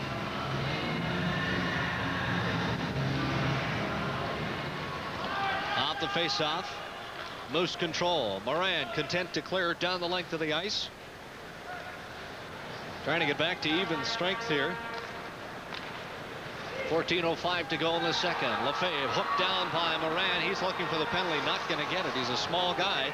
Sergei Zoltak carries it in deep into the Moose zone. Dubois gets to it. Give it up for a moment. Thunder can't capitalize, and the puck comes to neutral territory. Morin hit by Sarouk. Quinney handles a loose puck to Patrice Lefebvre. Cross-ice pass for Kerry Huffman. Huffman across the Moose line. Slap shot. Big rebound, but the Moose pick it up. Now it's Jensen. Jensen could have a bit of a break. The slapper. Big rebound, and Stefan Morin fans on a wide-open goal. Does it get any better than that? In return, Simon rips it off the left side goal post to the Manitoba Moose. Good end-to-end action here as we approach the midway part of the second period. Dahlquist shoved by Jeff Riccardi. Arniel picks it up in the Moose zone. Arniel up the left side to center. He'll just lightly tap it into the Thunder zone, and Manitoba goes on a change. Scoreless hockey in the second period. The Las Vegas Thunder and the Manitoba Moose. Dahlquist across the line. Dahlquist still has it. Finally Wilson takes it, and then he is absolutely hammered by Lowen. Lowen tried to get the shot away, but there is a charging penalty coming up to the Las Vegas Thunder. 12:51 to go in period number 2. The Moose get set for the power play. They'll have another chance. They've been slow on it so far. It is scoreless in the second period. Have a look at the penalty here as Lowen levels a boom on Sean Evans. Too bad it was a flagrant elbow. They called it charging, but it's an elbow. Chance earlier now. Take a look at this shot by Jensen. Big slapper saved by Paris Duffus. And you don't quite see it, but Stefan Morin just fans on it. But some good defensive play there by the Thunder to break up that opportunity. It was actually Ken Quinney that lifted Morin's stick there and saved a goal for sure. All right, Moose on the power play as Lowen is in for charging. Now in at 7:07, minute 40 to go on the Moose power play. Here's Dimitra for the Thunder. Thunder lose it on the Moose line. Randy Gillen, captain for Manitoba, dishes it back for Kenny Sutton. Sutton turns deep in his own zone with 12:20 to go in the second period. Ken Sutton looking for a man open. Long pass. Sean Evans, some miscommunication there, and play is blown down icing. You could tell that Sean Evans was looking for some help deep in his own zone. He didn't get it, and that power play unit hasn't been that effective so far in this game. Actually, Darren, that was Kenny Sutton. Evans had dumped it off, and he was looking for a man breaking through the middle, but that's what the Vegas Thunder did very well last week against the Moose, was force them deep on the power play, get them all sort of balled up in their own end before they could even get the rush going. And right there, the Thunder forecheckers did a really nice job of getting the defenseman off stride and not letting them wind up that rush to center. Some of the fans at the arena showing off their souvenir wares here in the home opener. They'll get plenty of time to have a look at IHL action this season. Chicago Wolves tomorrow night. There you get a good look at Stefan Morin as he takes the face-off against Blaine Moore of the Thunder. Minute 15 to go on the power play for the Moose. Dahlquist over to Kevin Dahl. Dahl, light wrist shot into the Moose zone. Now it's Sean Evans. Evans decides to carry it up ice. Dishes off now to Sutton from center into the right wing corner. Morin blocks the shot by Dahlquist. You know that hurt because he flinched. Still fighting away, trying to center it. Arniel hacking away, but Paris Duffus, Dahlquist, and Kevin Dahl hold things up for a stop in play with 11:44 to go in the second. But we're still looking for the first goal here, Darren. In the first 4 games that the Moose have played this year, they've been scored on first in each of the games. They've yet to have the first goal of the game. We're still waiting here tonight. They thought they had one in the first period, but it got called back. Stefan Moran led the International Hockey League in scoring a couple of seasons ago. 33 goals, 81 assists. He signed a huge contract in terms of dollars and cents in the International Hockey League. What were they paying him? $114,000 per? I think it's up to 140. Yeah. Wow. He's making 140 US. And I see him walking down the hallway there, limping off that shot that he took. Drafted by the Quebec Nordique. 4th overall, I believe. Still scoreless. Moose on the power play.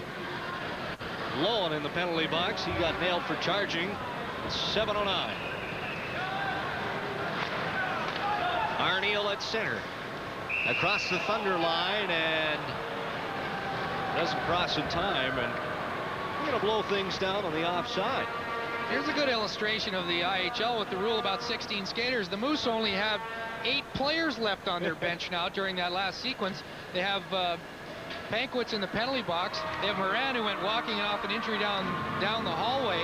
The 5 guys on the ice. We're missing 1 other player. I'm not sure where, but they only had 8 guys left on the bench. With the short benches, you can't afford injuries or game misconducts. Well, and I mean, the Las Vegas Thunder came into this hockey game with 14 skaters. They had 1 guy tied up with immigration in Igor Basketov, and the equipment trainer, Doug Trechak, who of course doesn't play, but he was tied up in immigration as well. Rhett Trombley showed up, or they'd have had 14 skaters, and that makes it tough if you get into some penalty trouble. Trying to break a scoreless tie in the second period. Stefan Moran. Left wing corner. Gives it up to Kevin Dahl. Now Dahlquist has it. He sends it up ice. Ken Quinney has the angle. Quinney's shot not hard. Riendo plays it routinely. Patrice Lefebvre elects to go to the neutral zone. That kills off the penalty, and it is back to even strength. Lowen bumped by Arneal at center. Thunder able to send it into the Moose zone. Get a shot away is Quinney. Sharp angle, and Riendo lets it go. Now Soroak tees it up top of the circle. Pad save by Riendo. Moran handles the rebound. Across the Thunder line to Kimball. Kimball doesn't know what to do, so he elects to dump it in. Moran showing lots of speed tonight. This guy can get the job done. We showed you that in the illustration just a few minutes ago. Pavel Demitra runs into Lefebvre. Then into Jim Pack. Allison clears for McCrory. McCrory up the right wing trying to get by Dahl. On the backhand, drives it wide. Demitra across the Thunder line. Drop pass for Martin Gendron. Huffman now along the left wing boards. Can't do much with it, and Riccardi sends it for Allison. Allison hit by Gendron. Loose, can't clear. Zoltar held up by Riccardi. Moose trying to gain control. Now Kimball has it. Darren Kimball to Jeff Riccardi. Riccardi, the former Thunder, to Pack, and Jimmy Pack was a half a step ahead, and it's whistled down offside. So perhaps a little slower period of hockey this second as compared to the first period. Still 9:20 to go.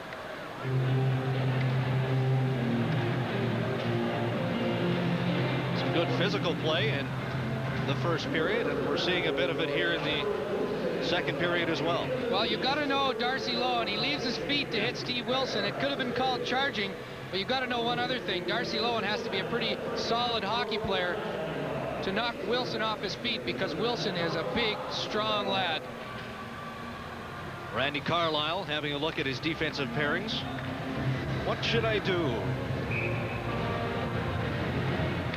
We'll let him ponder that for a moment. One thing we noticed on the opening road trip, Darren, I can tell you, that Randy Carlyle was very vocal behind the Moose bench. We could hear him in the press box most nights, barking out instructions to his players, telling them to watch the back door on the power play, that sort of thing. And after a couple of the games, I know he probably needed a couple of cool ones just to get his voice back.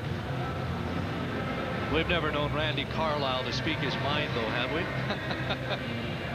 He's done a pretty good job of that so far. And I think Jean Perron has told Randy that he wants him to continue to be vocal, not just in practice and away from the ice, but actually during the game. I think Jean Perron likes that style, and it keeps the players into the game. For sure. Talk about the experience Jean Perron and Randy Carlyle bring to this club and the coaching staff. Second to none. Kevin Dahl. Some pressure from Andy Schneider. Dahl gets away from him. Doesn't hook up with Moore. Puck goes into the Moose corner. And as soon as Riccardi touches it, icing blown down. Good crowd on hand. Well over 10,000. They expected a sellout. I think they've got, what, 7,060 seats already sold for tomorrow, so things look good against the Chicago Wolves as well. Let's check out what's going on downstairs. Here's Keith McMahon. The Moose and Manitoba High School Athletics have a shooter-tutor here in the basement. Only wrist shots. The record's 59 miles per hour. Here we go. 35 miles an hour, but I hit the 5-hole. Honest, right in the 5-hole. He didn't come anywhere near the 5-hole. Did he even hit the mat? I wonder if Jean Perron could get him out there on the power play when the Moose get their next one. Yeah, anytime you need a good big left winger, they know not to call upon Keith McMahon. 8:50 to go. Scoreless tie here between the Vegas Thunder and the Manitoba Moose. Jeff Riccardi, former Thunder. This guy has got all the tools. Likes to play it rough. Dimitra looking for Loam. That's broken up. McCrory to Kerry Wilson. Wilson up the left wing is Gillen and Evans. Now to Wilson, and that gets through Paris Duffus, but just caught enough of it to send it wide. Dahl to center, trying to dip around Riccardi. He's not going to do it. Riccardi knocks him down. Wilson sends it along the boards, and Dahl is hit into Riccardi, and that's going to draw a penalty, but Riendo doesn't seem to know who the penalty is against, but we'll find out. 8 minutes, 17 seconds to go. The scoreless tie, the Moose and the Thunder on Channel 5 CKY. Okay, here we see the penalty to the Moose's Jeff Riccardi. He plays Kevin Dahl very well on the one-on-one. He takes the man, don't worry about the puck, but Dahl persists into the corner, and here comes Riccardi again. He absolutely blindsides him, and they call that interference. I don't think there's any doubt about that. Take a look at this. Dahl doesn't even see it coming, then all of a sudden, boom! Good night, Irene. It's interference. 11:43, 8:12 to go, so it is another power play. Check out the Thunder. Hoffman keeps it in, can't get it by Sutton. Takes a funny bounce, but the Moose still able to clear.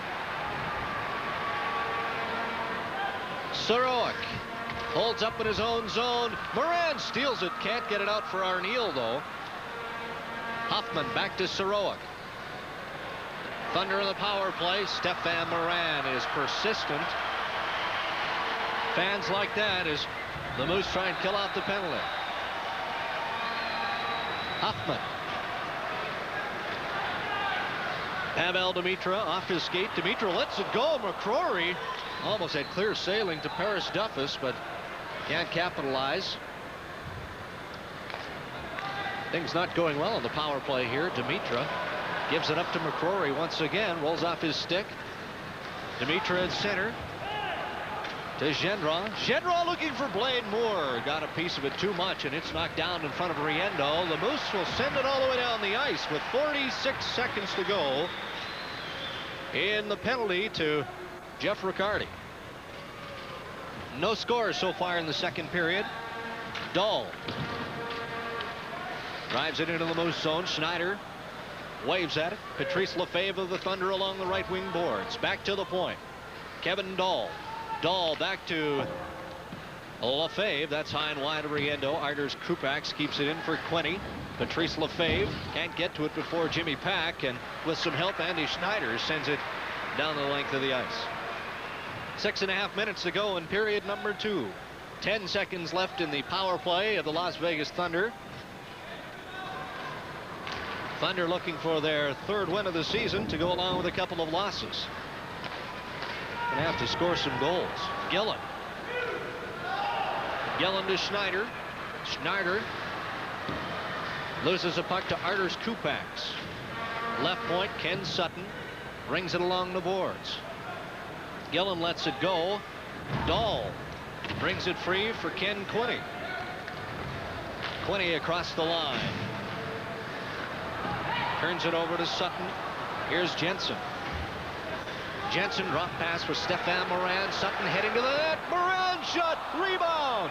Penalty coming up as Yurkovich touches the puck, indicating a Las Vegas Thunder penalty. It's going to the captain, Chris Dahlquist. Well, they were catapulted to fame by the movie Slapshot. They're now cult idols in North America. The Hanson brothers are in our fair city, and we'll be talking to them in our second intermission. That's the Hanson brothers of Slapshot fame. Don't miss it.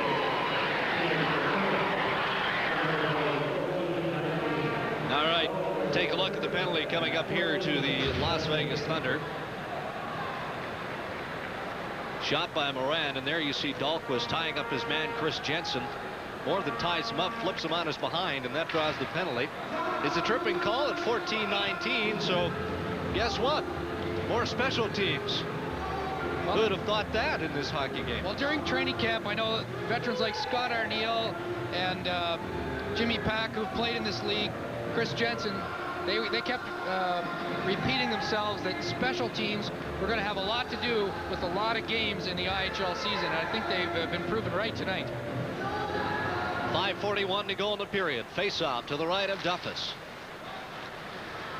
Evans looking for an opening just wide. Arniel trying to hack it off the back of the net, and he does.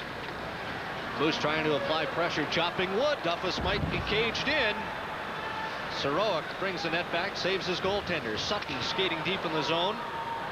Gendron gains control and sends it down the length of the ice. Wonder whatever happened to Ogie Oglethorpe. Maybe that's a question Steve Ogilsang could ask the Hanson brothers.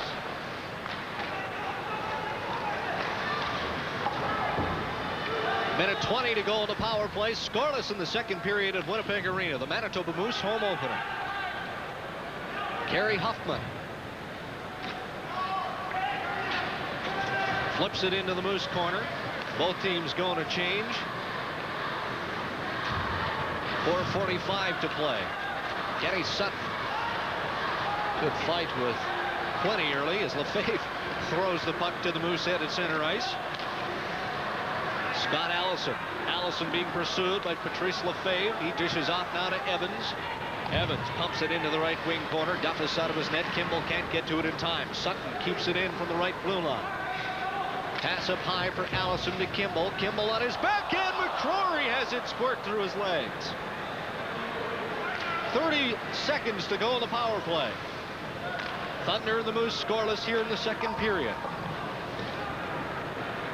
Allison dumps it in. Here's Jimmy Pack. Looking for an opening. Pack tees it up.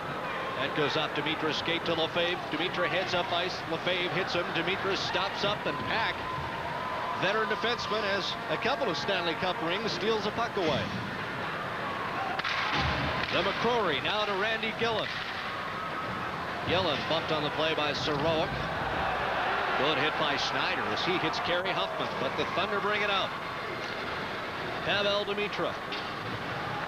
Dimitra cops it up to Gillen. Pass too far in front for Andy Schneider. Good action here. Back to even strength with 3:22 to go in the second period. Wilson. Pass intended for Riccardi. Gets by him. Here's Marty Gendron with a burst of speed, but he is too far in front as he pushes a puck, and Dubois takes him into the boards. Dimitra turns and fires off the skate. Wilson sends it off the glass. Thunder just want to clear, and that's exactly what they do here with 3:02 to go in the second period of play. Lots of special team action. No goals so far. The Manitoba Moose and the Las Vegas Thunder, a scoreless tie on CKY. Andy Schneider isn't that big of a customer, but tell me he doesn't pack a punch. Kerry Huffman, hello. Take a look at his lips. You bet he felt that. Good hit by Schneider. There we get a look at Kerry Huffman. Grizzled old veteran. Looks like he's sporting a bit of a black eye on the left side. Grizzled at 28, I guess. Yeah. Okay. What does that make me? Well, I guess you'd be a bit grizzled if you had to play a season or two in Ottawa, I suppose. 2:45 to go in the second period. Scoreless so far through the better part of 2 periods. Ken Quinney to Zoltok. Sergei Zoltok across the line. Patrice Lefebvre was, well, half stride ahead, and the linesmen are quick to whistle that down.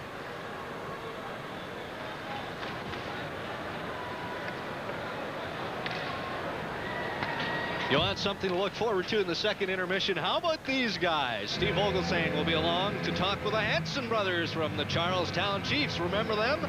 Perhaps Slapshot 2 in the making. Could happen tomorrow night against the Chicago Wolves. We'll take a look at the out-of-town scoreboard, and we'll also bring you highlights from this second period. Stéphane Morin has had a good hockey game so far for the Manitoba Moose. I'm not sure if he would agree with that by his standards, but he's probably been the better. Now we got another tilt. Kimball, Jason Simon. This is the one we thought would happen in the opening period, and these are 2 tough guys. Kimball hasn't fought yet in the IHL. No one wants to have a go at him, but it looks like Jason Simon's game. Kimball gets the right hand loose. They go down to their knees. The linesmen let him go as they get back up.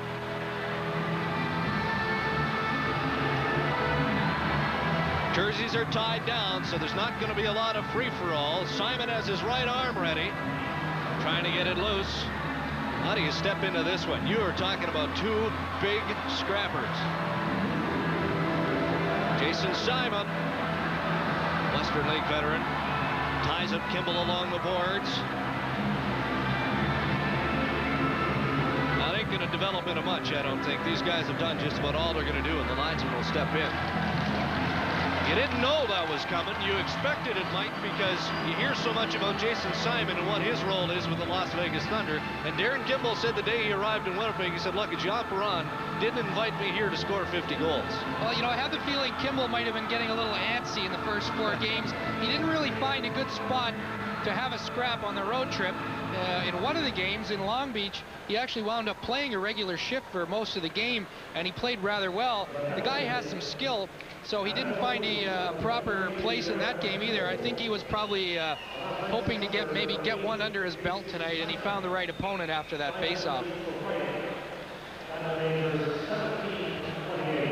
Expected maybe Red Tremblay would. Well, I was a bit curious to see there if referee Martel was going to invoke the new sweater rules. The players are now required to tie down their sweaters and not have too baggy of arms or anything. And we saw Kimball trying to get his elbow pad off there at the beginning of that scrap. But if players lose their sweaters, it happened last night in New York. Karpatsev was thrown out of the game because his sweater came off too early.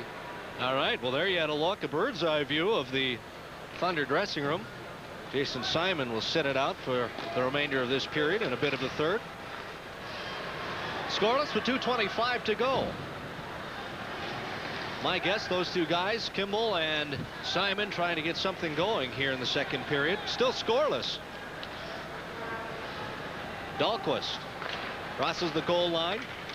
Long pass for Blaine Moore. Moore across the Moose zone.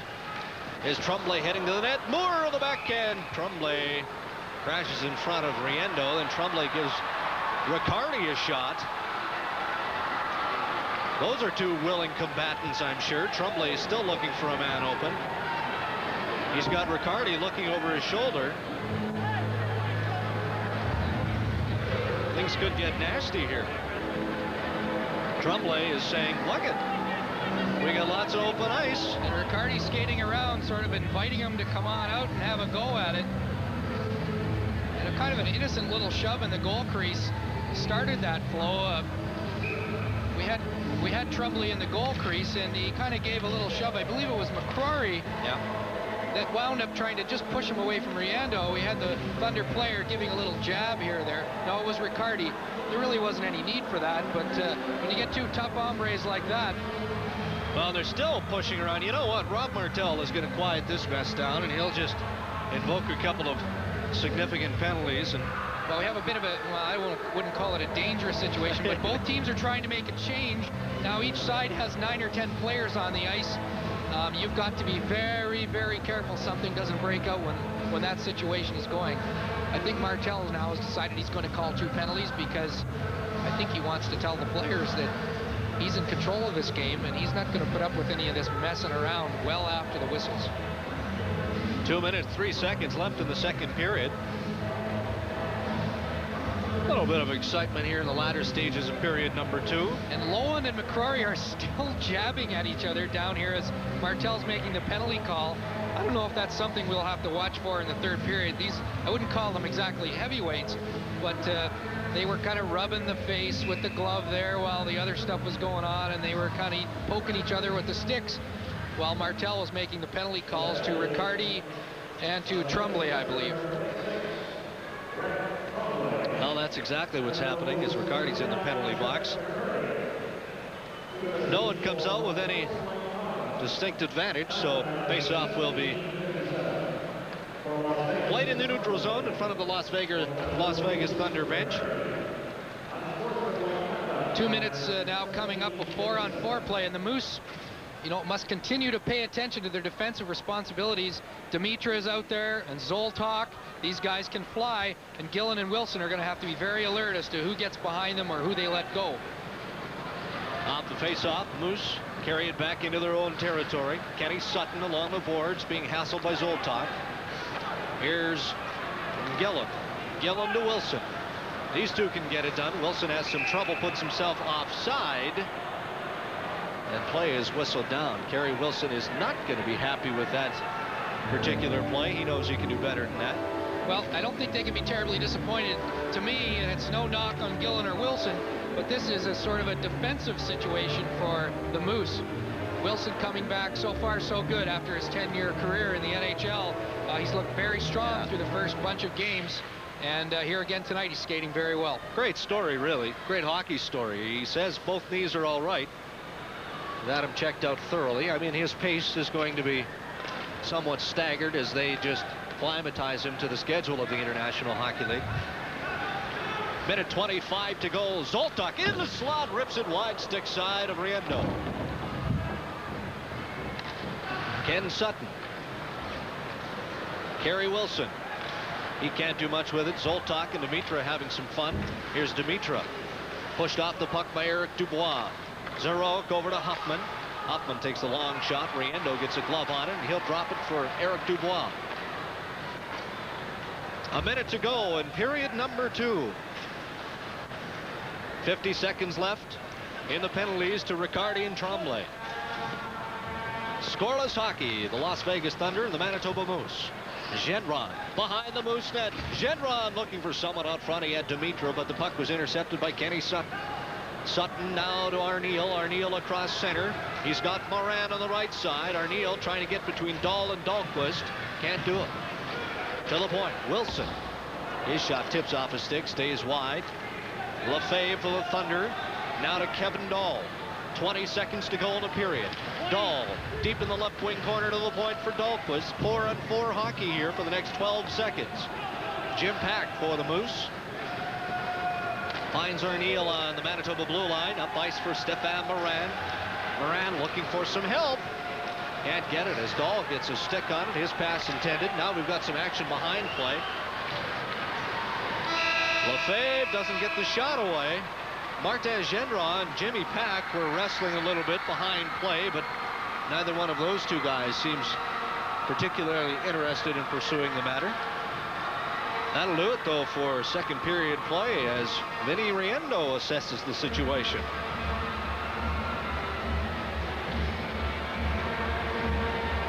Scoreless hockey through 40 minutes of play at Winnipeg Arena. The Manitoba Moose and the Las Vegas Thunder. The Moose home opener right here live on Channel 5 CKY.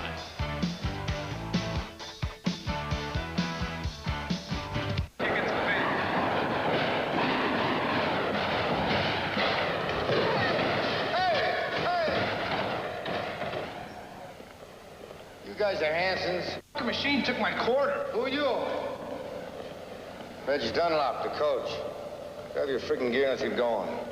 Okay. Come on, Steve, let's go. Took my quarter! You think they show speed racer here?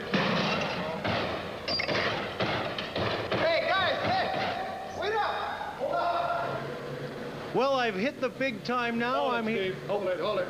Get those on here. Hey, do you mean it? Yeah, get them on. Absolutely. That's you, Steve. There you are. That is me, you know. Oh, you got the one with the fake nose. Yes, I see that. It looks good on me, though, don't you think? Yeah. Now, before we go any further, who's who here? I'm Steve. I'm Jeff. You are? Remember. I'm Steve as well. No, I'm Steve.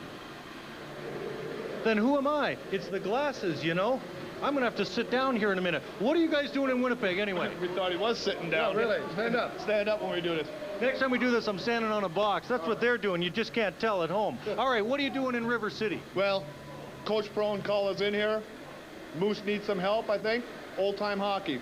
Tomorrow night, old-time hockey against a team of media people. Our play-by-play guy, Darren Drager, says he wants a piece of the Hansons. I hope you'll still play. Yeah, I'm game anytime. We got the foil on. We're ready. Absolutely. Now, I think inquiring minds want to know, are we ever going to see a slap shot too? It's in the early stages right now. There will be slap shot too.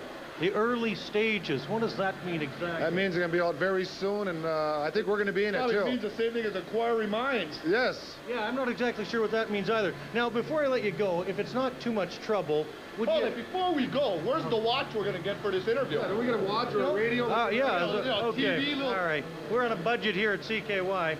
Anyway, there you go. Right, There's a watch for you. Hey, Mickey Mouse. Yeah, well, right, it's on my salary. Go ahead. Now, if you don't mind, if it's not too much trouble, could I get a picture, guys? Step in. His name's Steve, too, as a matter of fact. Sending that to my mom. Gentlemen, enjoy Winnipeg. Thanks so much. The Hanson brothers of Slapshot fame. Eddie Shore, Dick Clapper, Joe Blake. Can I get that watch back? Is there no watch? Forget it. I'll say.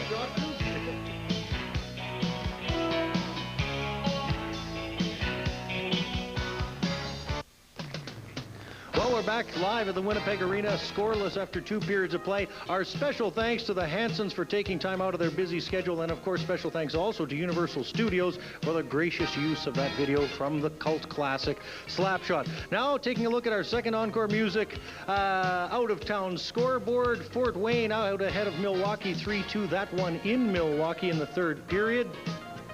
San Antonio and Kansas City are tied at 1 apiece. That one is in the second period. San Antonio, Shank has done the scoring there. Purvis for the Blades in Kansas City.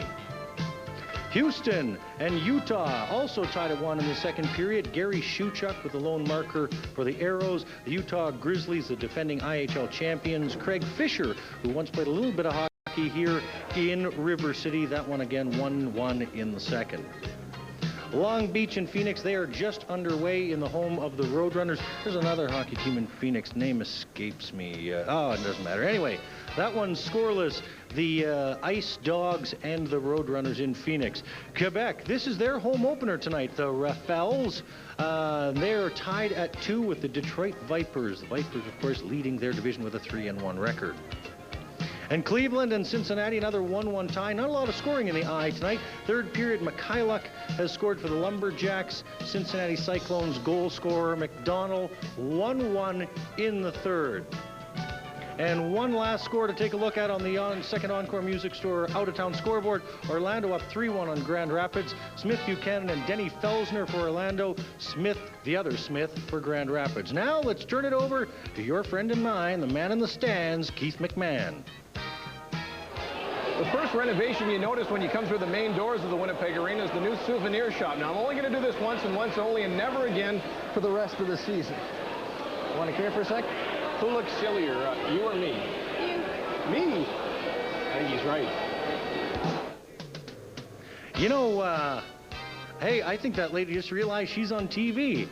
And ma'am, let me say you're quite fetching in your antlers. You know, and a lot of people that would look silly, but not on that lady. And I'm not just saying that either. Yes, I am. Anyway, we're going to take a short break now while I get my antlers on. Wait a second, I've lost them. Anyway, we're going to break now. We'll be back with more after this.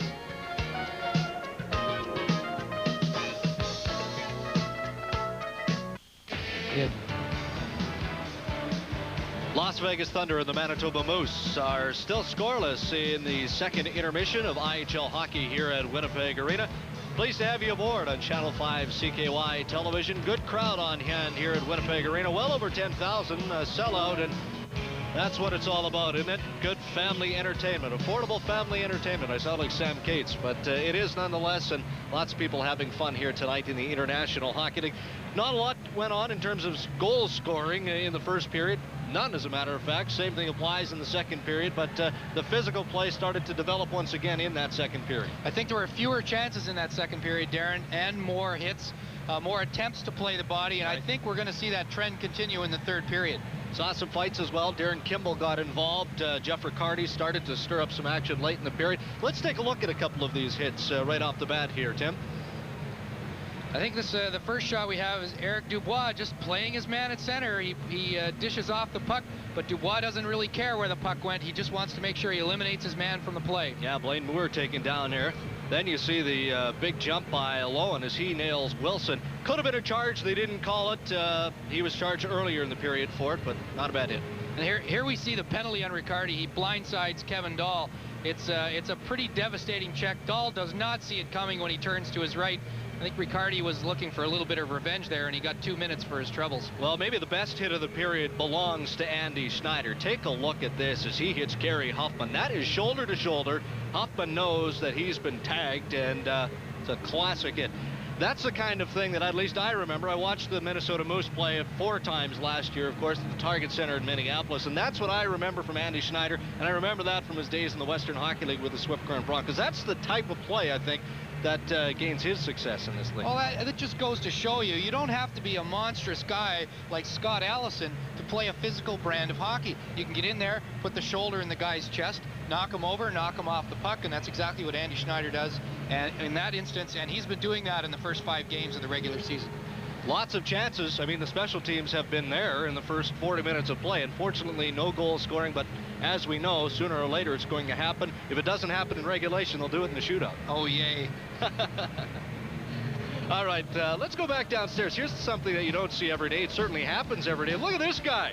He's the biggest cheese on the block, ain't he? Steve Vogelsang, sports director, Channel 5 CKY. The Moose and the Thunder.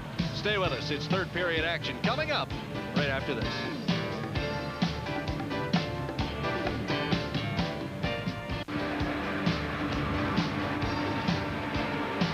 All right. They're having some fun here at Winnipeg Arena. Fun to be had. No scoring in the second period. Shots on goal. 12 for the Thunder, 5 for the Moose. Thunder outshooting the Manitoba Moose 24-16 through 40 minutes of play. I don't know if that statistic tells us a lot. I think the most important statistic so far, Darren, is the blanks both teams have been firing on the power play. Las Vegas is 0 for 7 through 40 minutes. The Manitoba Moose have missed on 6 out of 6 of their chances. So the penalty killing averages are going up. I believe 7, that makes the Moose killed off 29 now, 31 so far in the season. Well over 90%. They're doing a pretty good job getting some pretty good goaltending when their opponents have the man advantage.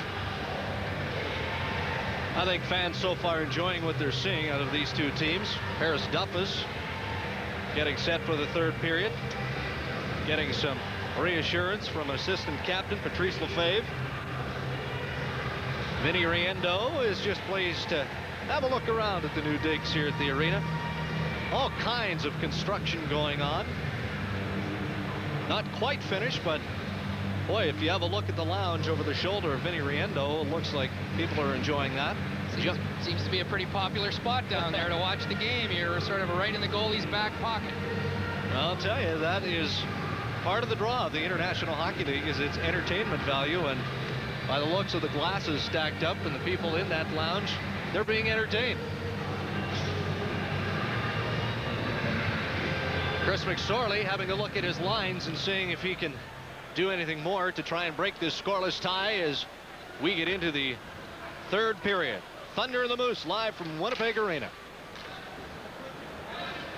Lowen sends it in on his backhand. Riendo leaves it for Steve Wilson. Wilson off the skate of Kerry Wilson. Puck goes all the way down the ice. Huffman is there, and he sends it back along the boards.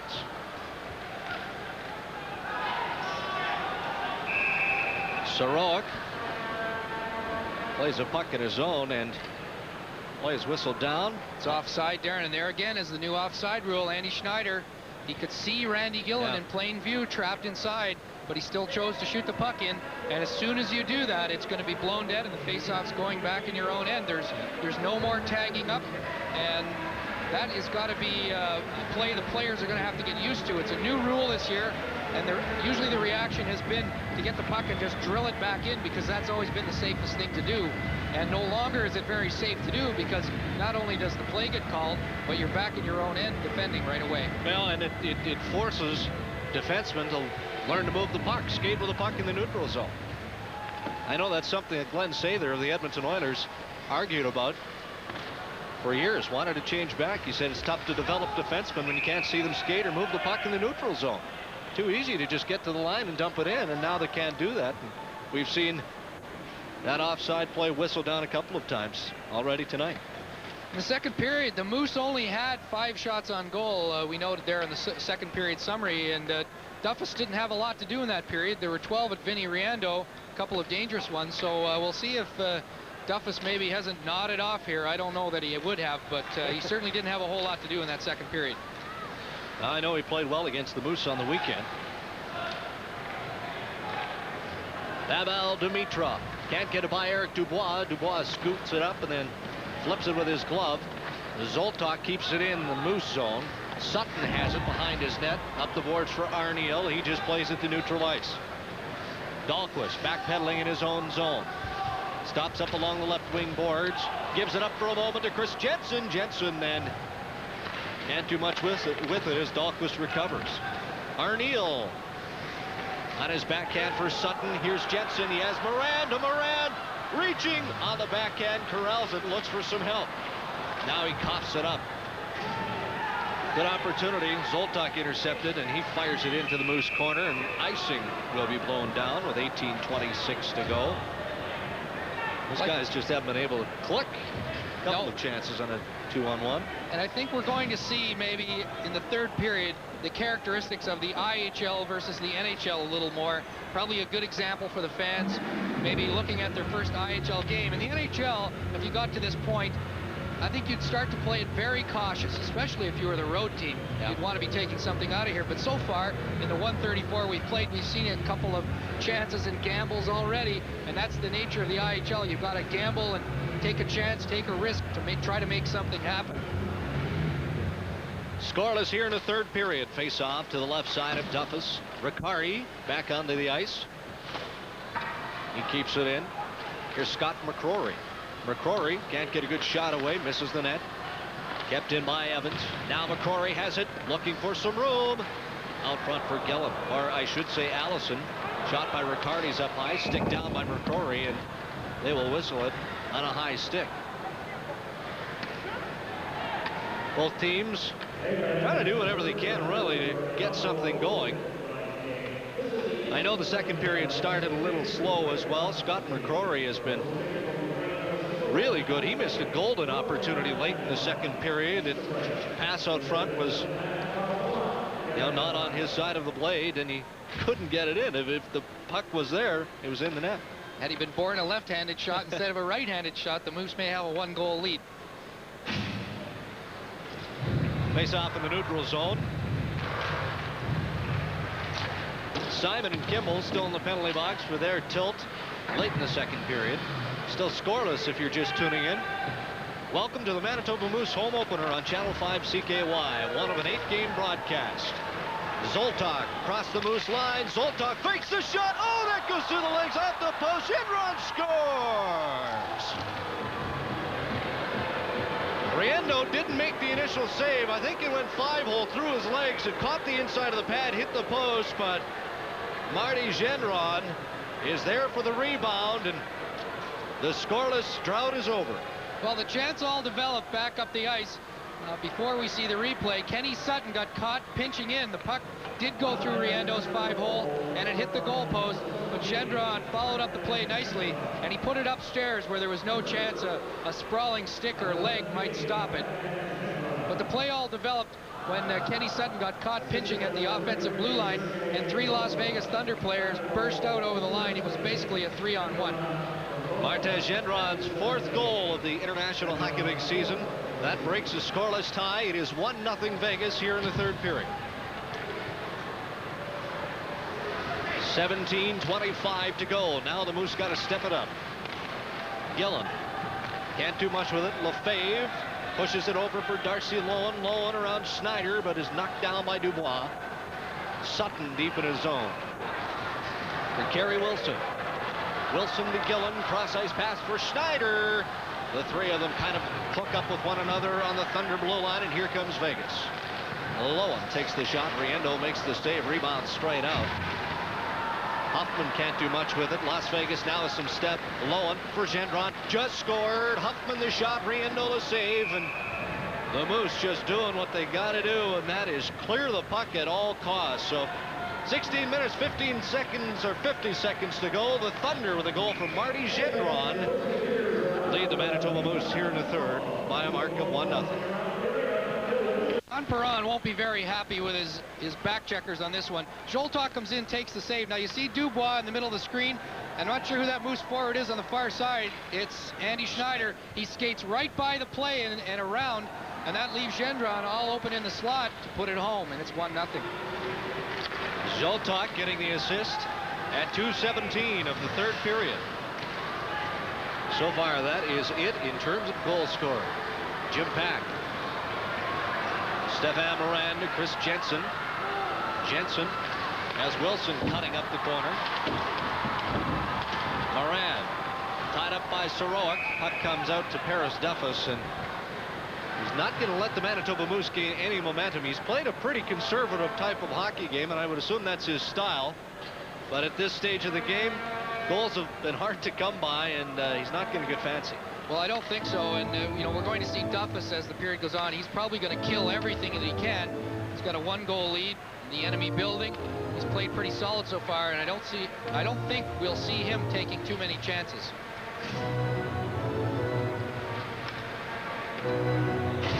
Played a good hockey game so far. He has faced 18 Manitoba Moose shots.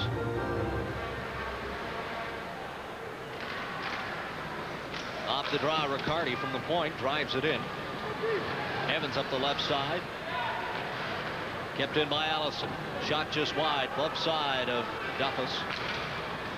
With some help, Quenney clears. Shot by Dahlquist off the stick of Quenney and into his own bench. Well, it's pretty clear what the Moose are going to try to do now, Darren. We saw it in the last shift here. We saw Evans pinch in from the left point, and we saw Riccardi just there as the Thunder shot the puck out of play, hold his ground on the right point. So the Moose have every intention of probably pinching in as much as they can and where it's smart. The Moose, of course, dropping a couple of players earlier this week. Todd Holt, Gilbert Delorme. Todd Holt, of course, a longtime member of the Swift Current Broncos. Has a couple of records, would you believe, over Joe Sakic. One of them I know is for 4-goal games, and I think he scored like 5 of them. Sakic had 4, so he was let go earlier this week. 15:45 to go here in the third. The Thunder lead the Moose in the Moose home opener 1-0. Hankwitz to Allison. Allison's shot is blocked by Dahl as McCrory cut toward the goal. Allison keeps it in though. McCrory now trying to send it back, but that's intercepted by Quenney, and he'll clear through harm's way. Thunder going a line change. So do the Moose now. Allison at center. He recognizes the change, flips it in, and he'll head off. Schneider bumps with Huffman in the corner. Huffman's felt the wrath of Andy Schneider in this game. Sutton now wheels in his own zone. Off the boards for Schneider. Schneider can't get it by Pavel Dimitra, but he's stopped by Dubois. Here's Kerry Wilson. Wilson has Gillen up the left wing. Gillen flips it along the boards behind Duffus. And Pavel Dimitra will try and clear. Kerry Wilson actually has it go off his stick to neutralize. Schneider, nifty behind pass for Randy Gillen. Too far in front, but Gillen keeps it in.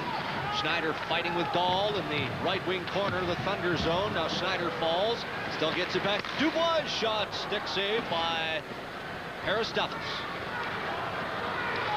Zoltak for Dimitra. Now to Huffman on the point. His slapper's wide. Gendron keeps it in, and then rubbed out by Kerry Wilson. Dubois can't clear. Dahlquist keeps it in. Thunder all over the Manitoba Moose now here in the third. Some sloppy play in their own zone. with 14:05 to go in the third.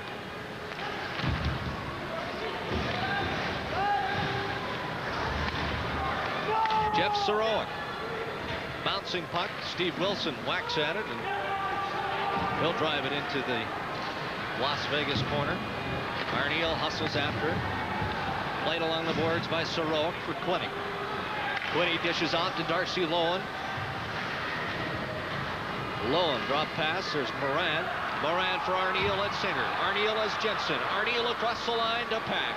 Jim Pack looking for a man. Jim Pack in deep as Arniel out in front. Jim Pack takes his shot, trying to center.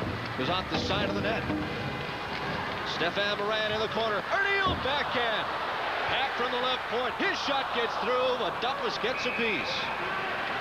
And there will be a penalty coming up to the Las Vegas Thunder as Chris Jensen is knocked down by Arturs Kupaks with 13:16 to go here in the third.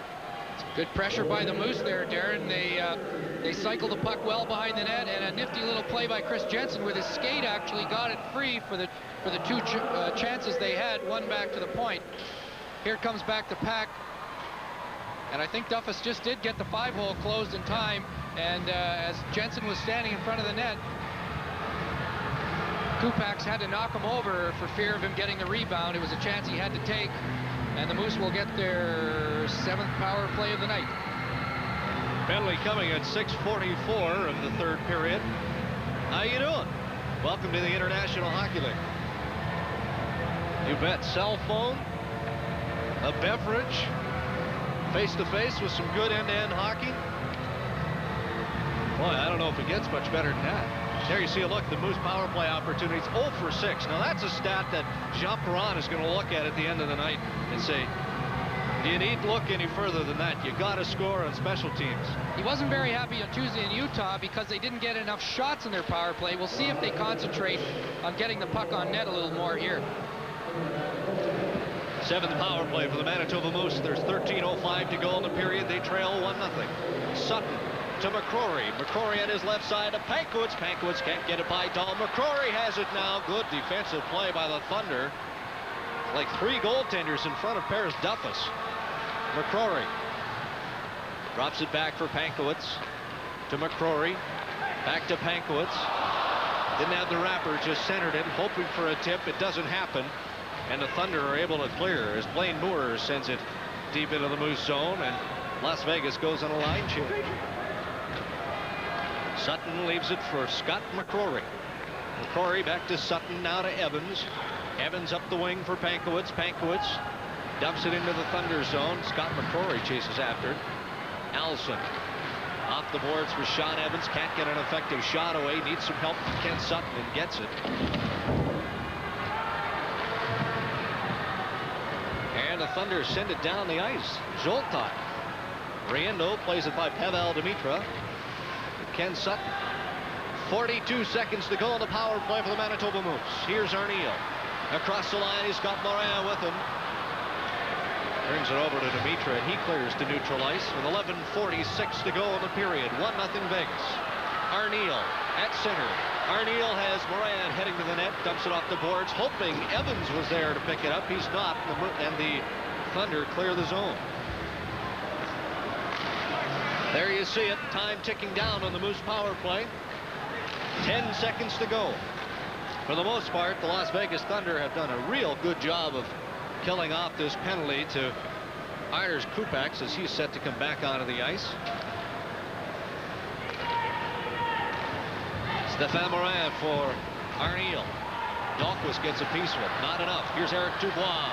Gillen all alone in front, but the pass just could not come out in front.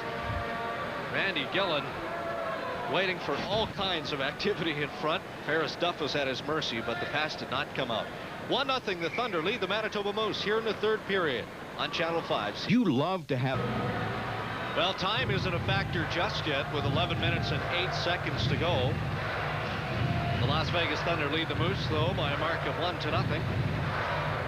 Here's the last chance. Dubois, maybe he hits the panic button a little bit. He's got Gillen and Arniel trailing in front of the net all by themselves. And he snapped it a little quick, maybe hoping to get it out there. It didn't work, and another scoring chance gone by the books for the Moose. Even strength now. Lots of power plays in this hockey game. No one has yet to been able to capitalize. Schneider is stood up on the line by Dahlquist. Able to dump it in, though. Here's Patrice Lefebvre. Lefebvre to Blaine Moore. Moore in his backhand for Dahlquist. Queenie up the left point. He's touched by Pack. Able to send it in for Dahlquist. Now Moore. Hassled by Kerry Wilson.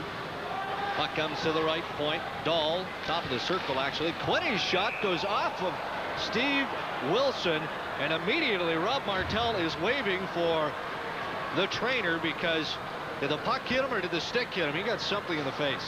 I think it may have been the puck, Darren. I'm only guessing, but the puck went up very quickly when Quinny shot it. He didn't really look, and Wilson went down very quickly and very hard. And you can see the blood dripping off his forehead there. It's not exactly a pretty sight.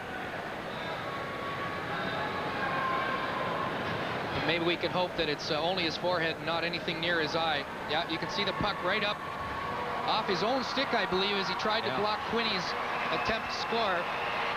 And it... Well, he's obviously cut. We'll get another look at it here, and you're right, the puck goes straight up, hits him in the face. Just near the left eye, maybe just above the left eye. Yeah. It looks like he's holding the cut shut up there. So Steve Wilson will go off as Ross Hodgkinson, the trainer for the Manitoba Moose, follows him out. Gets some patchwork. Hopefully he'll return. Hopefully quickly for the Moose, because he's one of their steadiest guys back there. He's big, he's tough, he can move from side to side, go back and get the puck. He gives no inch in front of that net. He's not a guy they can afford to lose for the rest of this game. Jean Perron with a dejected look on his face. He knows what the absence of that man is going to do to him. But that means the rest of them are going to have to suck it up here with 10:29 to go. Wow, get a load of that. I guess that's what you call a herd of moose, is it? I wonder if we'd be able to get those on up here in the booth with these headsets. Well, if you watched during the second period intermission, Keith McMahon tried to get them on, and well, he didn't do such a good job. A nice try, Keith. Faceoff will come in the Moose zone. They're just doing a little bit of cosmetic cleaning. As you can see, that blemish in the circle on the left side is some of the blood from the cut over the left eye of Steve Wilson. Well, we've got a break in the action. Just a reminder, the Meet the Moose dinner coming up Tuesday, October 15th, Promenche Room, Hotel Fort Garry. Cocktails begin at 6:30. $75 a ticket. Need more information? Call the Manitoba Moose. Off the draw, Hoffman.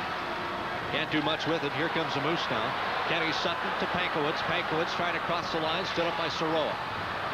Can't clear, though. Pankowitz takes the shot, and Paris Duffus whips out the glove hand and stops him cold.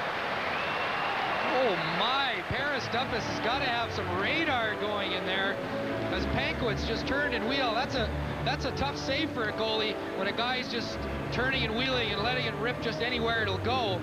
And that left hand of Duffus is shot out through a screen there. Kerry Huffman was partially blocking the view, and that's probably Duffus' best save of the night, I dare say. No kidding.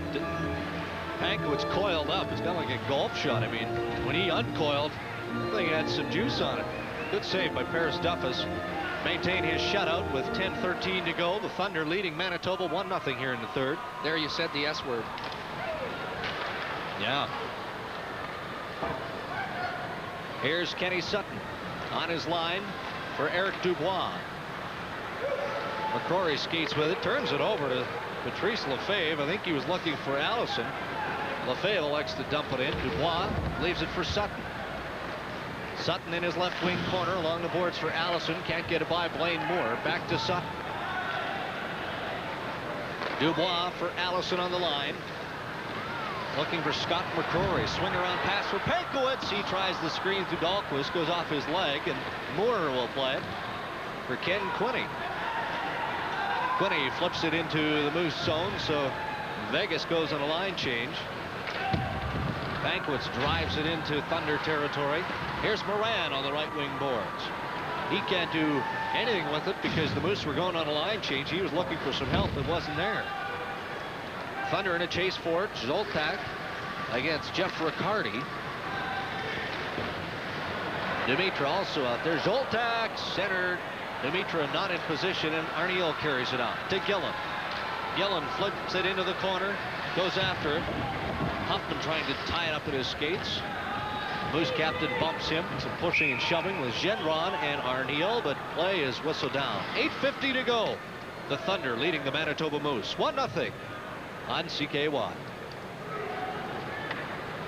All right. Some of the fun going on in the stands here.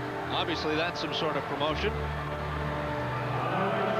I guess what they were trying to do was guess how many people were here. Was it over 10,567 or under? Well, I can tell you it's well over that. A sellout here at the arena, 10,949.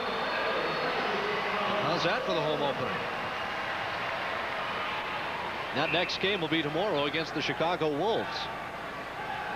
You want to catch that one as well because, as Steve mentioned, the Hanson brothers are taking part. Yours truly is also involved in this battle, and I will issue the challenge to any one of the Hanson brothers upon the drop of the puck during the first period intermission. 1-0 the Las Vegas Thunder leading the Manitoba Moose here in the third at Winnipeg Arena. Just over 8.5 minutes to go in the third. Moose scrambling. Here's Gillen. Gillen on the backhand off the net. Blaine Moore very particular as he banks it off the boards to the Moose blue line. Jeff Riccardi has it go off Kevin Dahl's stick and into Vegas zone. Arniel spins, tries to get it to the point. Evans just keeps it in. Shot up high, scramble in front. Arniel can't get the backhand away. Puck is poked along the boards. Dahlquist, he's content to clear as he doesn't want the Moose to gain any momentum here. Protecting a 1-0 lead, and icing is called with 7:58 to play in the final frame. I just want to say, Darren, I think I'm going to be in the safest place tomorrow night, and that'll be up here in the press box again while you're having all that physical fun down on the ice. Yeah, but if you think about it, I can't remember the exact date, but it was in the early 70s when Slapshot came out. I mean, let's say the Hanson brothers were in their late teens, early 20s.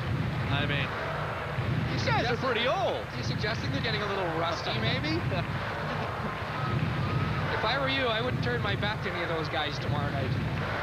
That's probably a wise decision. You see the tinfoil on their knuckles? Wow. 7:50 to play in the third period. The Moose looking for their first goal of the hockey game. They are down by 1. Still no sign of Steve Wilson. He was cut early in the period as he took a puck over the left eye. Here's Ken Sutton. Sutton can't get it to McCrory. Gendron, the lone goal of the night. He banks it into the Moose zone. Eric Dubois now looking for Pankowitz. That goes off the back of his skate and will be picked up by Gendron inside his blue line. Montez Gendron hauled down by Scott McCrory, then bumped by Dubois. Puck squirts loose.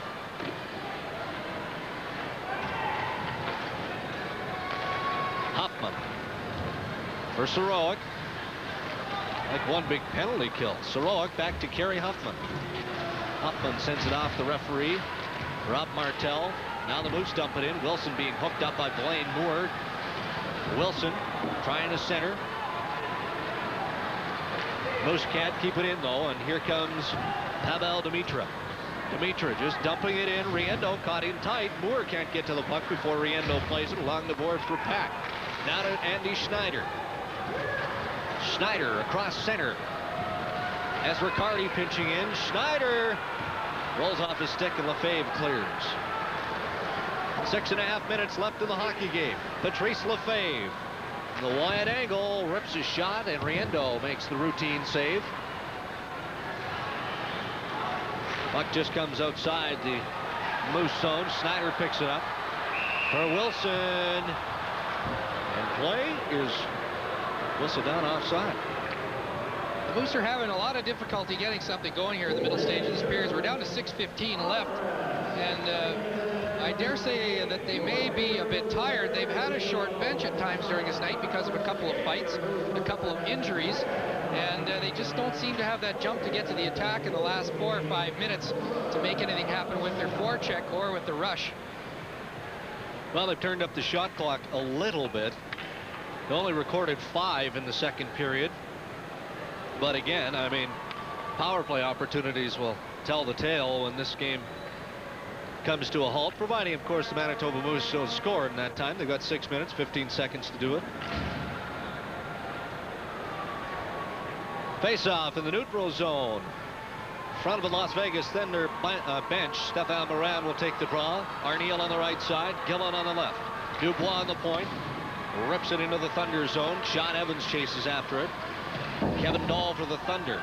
Tips it around the boards. Pavel Dimitra. Dimitra can't clear. Gillen cutting to the net. He's bumped up for a moment. Morin grabs the loose puck.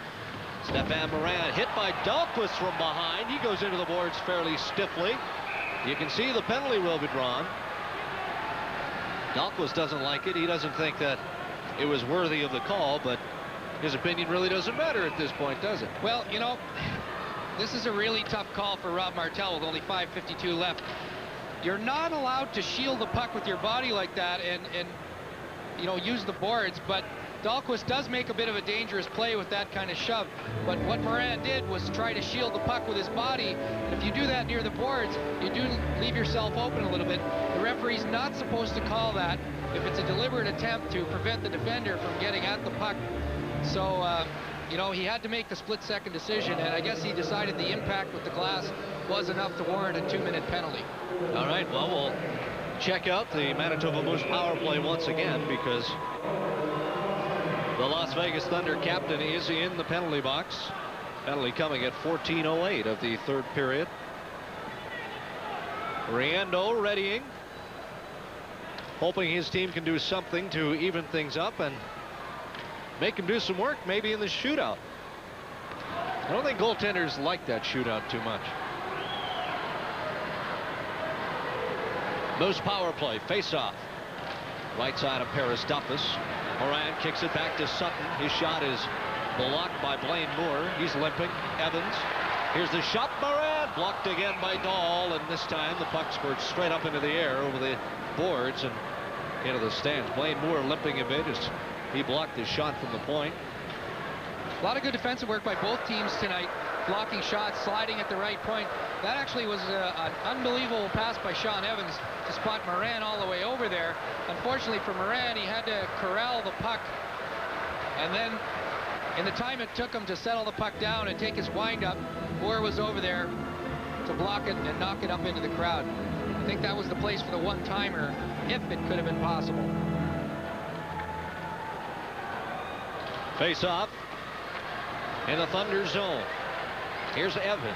Evans to Sutton. Sutton checking for a man open. Goes off the leg of Gendron. Gendron is low, and if he can do it, Gendron slap shot wide, glove side of Riendo. Puck all the way to center ice. Stéphane Morin to Evans. Evans across the line. Sends it into the corner. Arniel picks it up on the right side. Now to the point for Sutton. Along the boards for Stéphane Morin. Dahl trying to freeze it up in his corner. Arniel working him, as is Chris Jensen. Puck comes loose. Arniel picks it up. Morin stick handling along the right wing.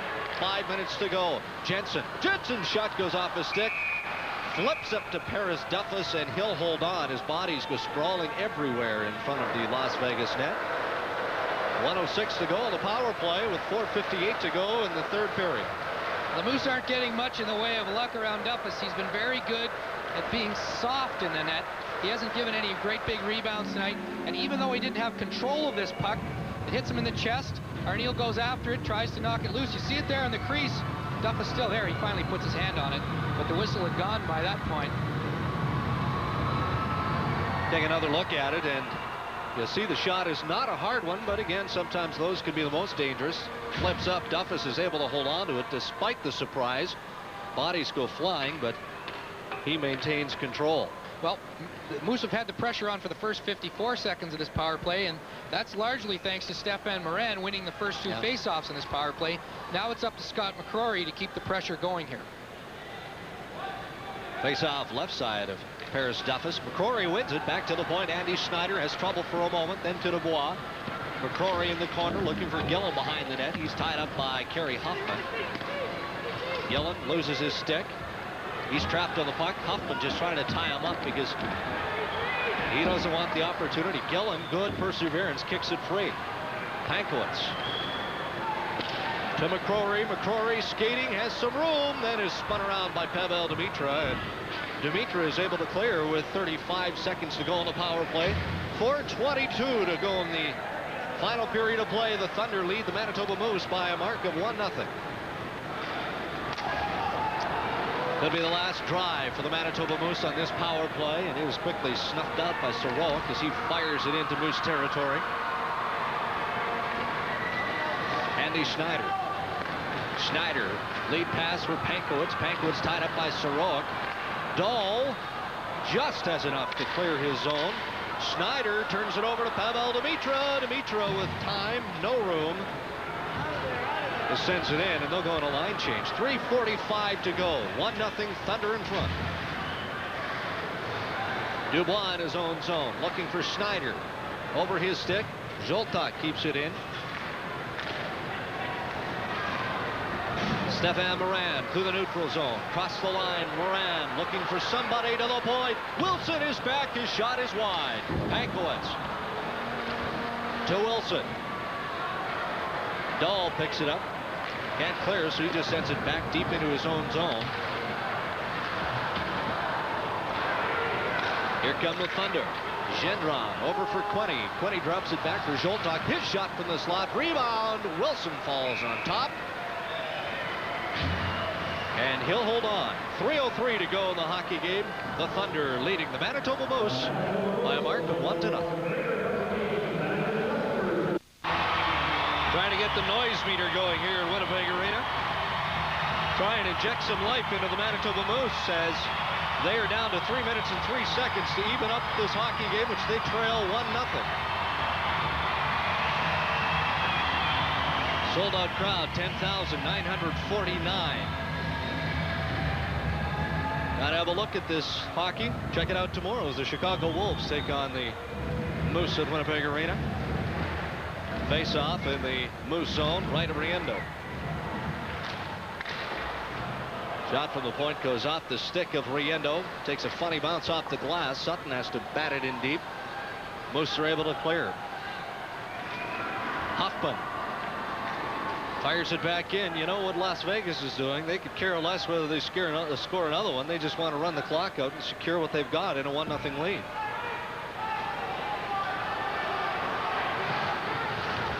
Soroik can't keep it away from Randy Gillen. Gillen along the board. Stefan Morin. Now the Thunder clear. 2:22 to go in the third period. Arniel inside his line has his pocket picked by Zoltak. Doesn't like it. Gives him a shot. Now Gendron out front. Riendo makes a save. Thought it was behind him. He took a look around, but Gendron could not look after the rebound, and he almost had his second of the game. Everyone on the planet just kind of let Martin Gendron drift in. Pavel Demitra. Demitra behind the Moose net. Puck comes loose, and Riendo is going to slow this pace down with 1:52 to go. Well, he needed to grab that one, Darren. The Moose were rather disorganized, and they had lost their. Here's the save. Oh, I'm not sure if that went behind him and hit the post or not. He did look behind him. It didn't go between. Scott Arniel had a chance to get the puck out, and that's what led to this chance. Instead of moving and just chipping it out to center, he went back with it. He got checked, and that led to the chance there that went off the post. The Moose are lucky the insurance goal wasn't by. 1:52 to go in the hockey game. Face off to the right of Riendo. He'll be looking for the way from Jean Perron if the Moose ever get the puck out of their zone. Blaine Moore loses it to Pankowitz. Pankowitz to Allison. He can't move up ice with it. Jim Pack in his own corner to Allison. Allison bumped on the play by Quenney. McCrory trying to move it along with Blaine Moore. Now the puck comes loose to center, but it is the Thunder and defenseman Kevin Dahl who maintains control. 1 minute 17 to go in the hockey game. Las Vegas leading the Manitoba Moose in this home opener 1-0. Dahlquist, the long shot. Riendo flubs it down and drops it for Jeff Riccardi. Up ice for Allison. The pass not quite. Allison couldn't take it. Down to the final minute of hockey here in this IHL opener in Winnipeg. 1-0 Vegas in front. Riccardi elects to go back to his defensive partner. Jim Pack has trouble with it. Gendron has it for a moment. Now Pack gets it back to Allison along the left wing. Allison tied up by Zolta. Puck comes loose to center. Kerry Huffman bats it into the corner. Pack in some trouble. Gendron had him sticked up, but the Moose gather control. Moran puffs it up to Sergei Zolta.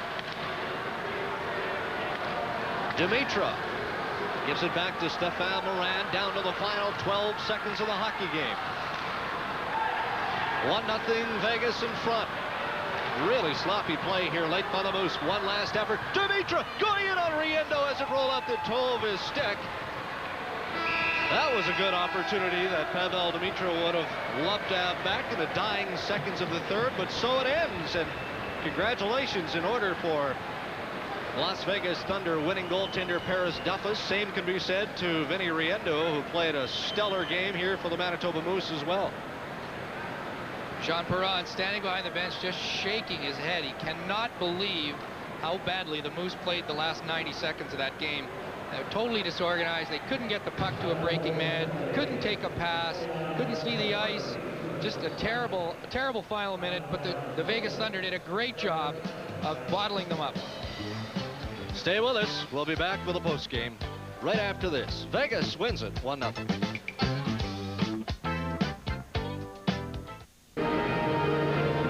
Well, 1-0 in favor of the visitors, and here are the Channel 5 3 stars from tonight's game. Martin Gendron, the game's only goal scorer, a threat all night for the Las Vegas Thunder. He's the game's 3rd star. The 2nd star, Vincent Riendo, an outstanding game in the pipes for the Moose. 24 shots, 23 saves, that one tiny blemish looming so large. And the number 1 star, Paris Duffus, the Las Vegas Thunder goaltender, 33 saves in all. He was outstanding from start to finish. Those are the 3 stars. We're back with more right after this.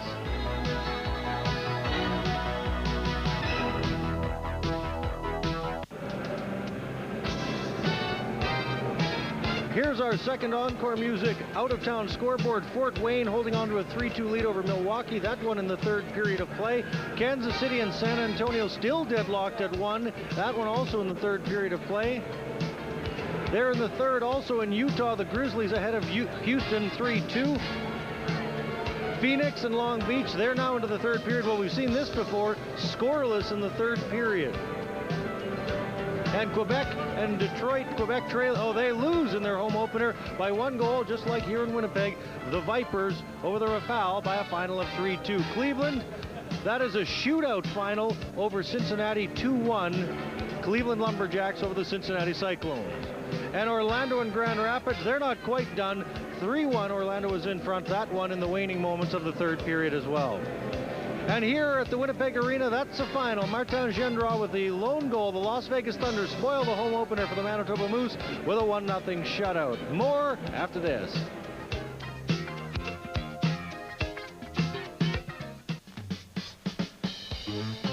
All right, there it ends. The Las Vegas Thunder over the Manitoba Moose. 1-0. That is the final here at the arena. One more order of business to deal with, and that is the Vernos Auto Body crunch of the game. And here it is. It happened in the 2nd period. Tim, why don't you take us through it? Well, it just goes to show you, and the hit is Andy Schneider on defenseman Kerry Huffman from Las Vegas.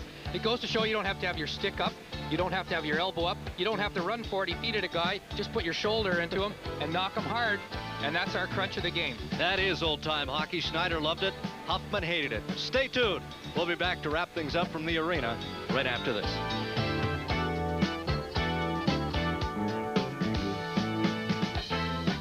At the lone and winning goal tonight, Martin Gendron, the Las Vegas Thunder, the only guy to work one behind Manitoba Moose goaltender Vincent Riendo. Gendron is the trailer on the play, and he gets the bounce off the post. Nobody there to pick him up. And Gendrov puts it by, and that stands up as the winner in a 1-0 Vegas victory. Our next telecast here on Channel 5 CKY, Sunday, November 3rd. The Phoenix Roadrunners are in town. The Moose are back in action tomorrow night against the Chicago Wolves, 7 o'clock game time. For all of us here at Channel 5 CKY, thank you and good night.